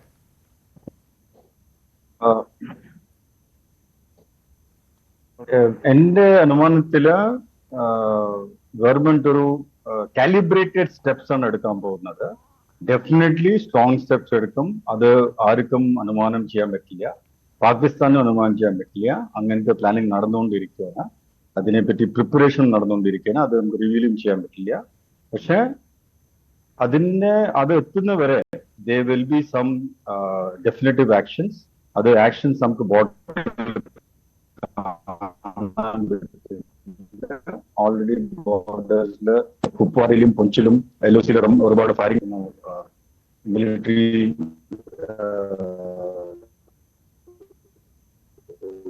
is happening. Our preparation for any eventuality, ready for any action. But exactly എന്താ ചെയ്യാൻ പോകുന്നത്, that is not going to be revealed. That cannot be also discussed at this stage. പക്ഷേ what is important is ഈ പ്രാവശ്യം compared to previous times നമുക്ക് വേൾഡിന്റെ support ഉണ്ട്. Whether it is Russia, which was always supporting it. ഈ പ്രാവശ്യം what has changed is America അവിടെ ഒരു strong support ഉണ്ട് നമുക്ക്. That statement also says in no uncertain terms. അതേപോലെ ചൈനയുടെ is A thing that lot of people are അതിനെ പറ്റി ഒരു ഡൗട്ട് ചോദിക്കുന്നുണ്ട്. പക്ഷെ നോക്കുമ്പോൾ ചൈനയ്ക്ക് ഈ ടെററിസം ഇഷ്യൂല് പാകിസ്ഥാനെ സപ്പോർട്ട് ചെയ്യാൻ പറ്റില്ല. What ever statement China is given, it is only saying നമുക്ക് ടെററിസം, കൗണ്ടർ ടെററിസം ഓപ്പറേഷനെ അവർ പാകിസ്ഥാനെ സപ്പോർട്ട് ചെയ്യും. ബട്ട് ഇൻ കേസ് ഇന്ത്യ എന്തെങ്കിലും പ്ലാൻ ചെയ്യണമെങ്കിൽ whether China will go on their side or not, it is a big question. Third thing is on the military front. Kekarno, can you able to hear me? Yes, sir. Okay. Now on the military front, obviously, as always, the parliament attack nadanapo, the entire military was mobilized on the border. our almost border cross ചെയ്തു. I was myself personally present in that time. ലൂൺ ക്രൻസർ പോലുള്ള സ്ഥലത്ത് നമ്മൾ almost border cross ചെയ്തു. We fell short of just 10 കിലോമീറ്ററിന്റെ border നമ്മൾ നിന്ന് ആ സ്ഥിതി എത്തി. ആ സമയത്ത് അങ്ങനത്തെ ഒരു സ്ഥിതി എപ്പോൾ മൊബിലൈസ് ചെയ്യും, it is very difficult to say, but something similar to that on the northern front can always happen. Okay sir, thank you. Shri Shinas, ഇവിടെ നേരത്തെ പറഞ്ഞതുപോലെ നയതന്ത്രം അത് പലതരത്തിൽ സംഭവിച്ചിട്ടുണ്ട്. പല വിഷയങ്ങൾ നമുക്കറിയാം, പാകിസ്ഥാനുമായുള്ള കാലങ്ങളായി നിൽക്കുന്ന വിഷയങ്ങളൊക്കെ പരിഹരിക്കുക എന്നുള്ളത്. പക്ഷേ ശാശ്വതമായ ഒരു പരിഹാരം ഇതിനാവശ്യമാണ്. ഏറ്റവും ഒടുവിൽ ബിലാവൽ ഭൂട്ടോയുടെ പുതിയ പ്രകോപനപരമായ പ്രസ്താവനകളൊക്കെ പുറത്തു വരികയാണ്. ഇനിയും ഇത്തരം പ്രസ്താവനകൾ ഉണ്ടാകും. ഈ പറഞ്ഞതുപോലെ ആണവായുധം ഉപയോഗിക്കുമെന്നുള്ള പറഞ്ഞത്, ആണവായുധം ഉപയോഗിക്കുമെന്നൊക്കെ പറയുകയും മറ്റും ചെയ്യുന്നതല്ല, മറ്റ് പ്രവർത്തികളിലേക്കൊന്നും പോയില്ല, അറിയാം. പക്ഷെ അപ്പോഴും എല്ലാ പിന്തുണയും നേടി എല്ലാ തരത്തിലും നമ്മളെ ഇനി ഒരു തരത്തിലും ബാധിക്കാത്ത വിധത്തിൽ ഇത്തരം വിഷയങ്ങൾ അങ്ങനെ വേണം ഇതിനെ കാണാനും അത് മുന്നോട്ട് കൊണ്ടുപോകാനും എന്നുള്ളതാണ്. അതിന് കൃത്യമായ പരിഹാര നടപടികൾ അതെങ്ങനെ ചെയ്യും എന്നുള്ളതിൽ എന്തെങ്കിലും ഒരു ആശയപ്രതിസന്ധി ഉണ്ടോ? എങ്ങനെ ഈ പ്രശ്നത്തെ അഭിസംബോധന ചെയ്യും, അല്ലെങ്കിൽ ഈ പ്രശ്നത്തെ ഇല്ലാതാക്കാൻ പറ്റും എന്നുള്ളത് സജീവമായ ചർച്ചാ വിഷയമാണ്. അത് സൈന്യം, ഭരണ നേതൃത്വം ഒക്കെ ചർച്ച ചെയ്യുന്നുണ്ട്. പക്ഷേ ഒരു പാകിസ്ഥാൻ തന്നെ ഇപ്പോൾ ആഗ്രഹിക്കുന്നത് ഒരു ലിമിറ്റഡ് വാറാണ്, ഒരു പരിമിത യുദ്ധം അവർക്ക് വേണം. നേരത്തെ ചൂണ്ടിക്കാണിച്ച ആഭ്യന്തര പ്രശ്നങ്ങളുണ്ട്.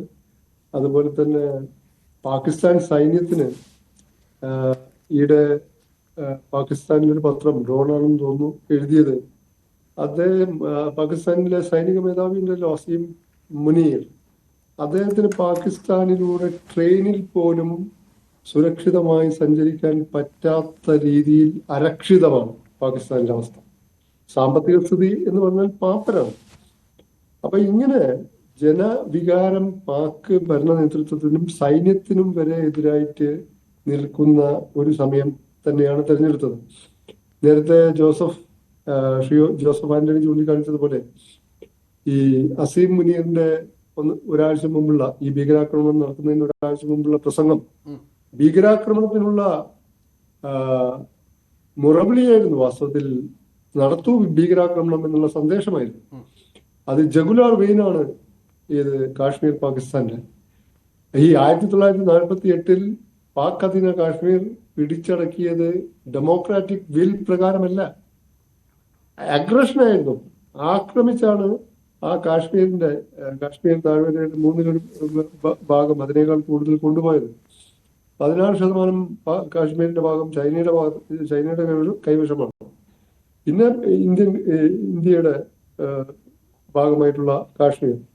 ഇന്ത്യൻ ഒക്യുപ്പൈഡ് കാശ്മീർ എന്ന് പറയുമ്പോൾ അവരാ പറയാ, നമ്മൾ ഈ പാക് ഒക്യുപ്പൈഡ് കാശ്മീർ തന്നെയാണ്. കാരണം പാകിസ്ഥാൻ 48 ആക്രമണത്തിലൂടെയാണ് ഇതാക്കിയത്. മറ്റൊരു കാര്യം ഞാൻ പറയാം, ഈ ലോകപ്രശസ്ത ചിന്തകനായ താരിഖ് അലിയുടെ ദ ക്ലാഷ് ഓഫ് ഫണ്ടമെന്റലിസംസ് എന്ന പുസ്തകത്തിൽ, അത് 25 വർഷം മുമ്പ് എഴുതിയ പുസ്തകമാണ്. അഫ്ഗാൻ യുദ്ധകാലത്ത് പാകിസ്ഥാൻ അഫ്ഗാൻ മുജാഹിദീനികൾ, പിൽക്കാലത്ത് താലിബാനികൾ ഒക്കെ ആയി മാറിയ അഫ്ഗാൻ മുജാഹിദീനികളെ അമേരിക്ക ഒരുതരം അമേരിക്കൻ ഇസ്ലാം സൃഷ്ടിച്ച്, ജിഹാദി ഇസ്ലാം സൃഷ്ടിച്ച് പാകിസ്ഥാനെ വളരെ സമർത്ഥമായി ഉപയോഗപ്പെടുത്തി. അതിനെപ്പറ്റി അക്കാലത്ത് ഒരു പാക് ജനറൽ താരിഖ് അലിയോട് പറഞ്ഞത്, ഞങ്ങളെ അമേരിക്ക ഒരു ഗർഭനിരോധന ഉറ പോലെ ഉപയോഗിച്ചു എന്നാണ്. എന്നിട്ട് അതിനുശേഷം ഞങ്ങളെ ടോയ്ലറ്റിൽ ഫ്ലഷ് ചെയ്തു എന്നാണ് താരിഖ് അലിയോട് അന്നത്തെ ഒരു പ്രധാനപ്പെട്ട പാക് സൈനിക വൃത്തങ്ങളിലെ ഒരു തലവൻ പറഞ്ഞത്. പിന്നീട് ഇപ്പൊ അഫ്ഗാൻ യുദ്ധം 80-89 കാലത്ത് റഷ്യ അഫ്ഗാനിസ്ഥാനിൽ ഇടപെട്ടു. റഷ്യ ഗോർബച്ചവിന്റെ കാലത്ത് 89 പിന്മാറി. പിന്നീട് പാകിസ്ഥാൻ ഈ അഫ്ഗാൻ ജിഹാദികളെ, അല്ലെങ്കിൽ ആ ജിഹാദി പരിശീലന കേന്ദ്രങ്ങളെ, ഇത്തരം ഭീകരവാദികളെ ഒക്കെ തിരിച്ചുവിട്ടത് ഇന്ത്യക്കെതിരെയാണ്. കാരണം 89-90 പാകിസ്ഥാനിൽ ഈ തീവ്രവാദം, ഇന്ത്യക്കെതിരെയുള്ള ഭീകരവാദം ശക്തിപ്പെടുന്നത്.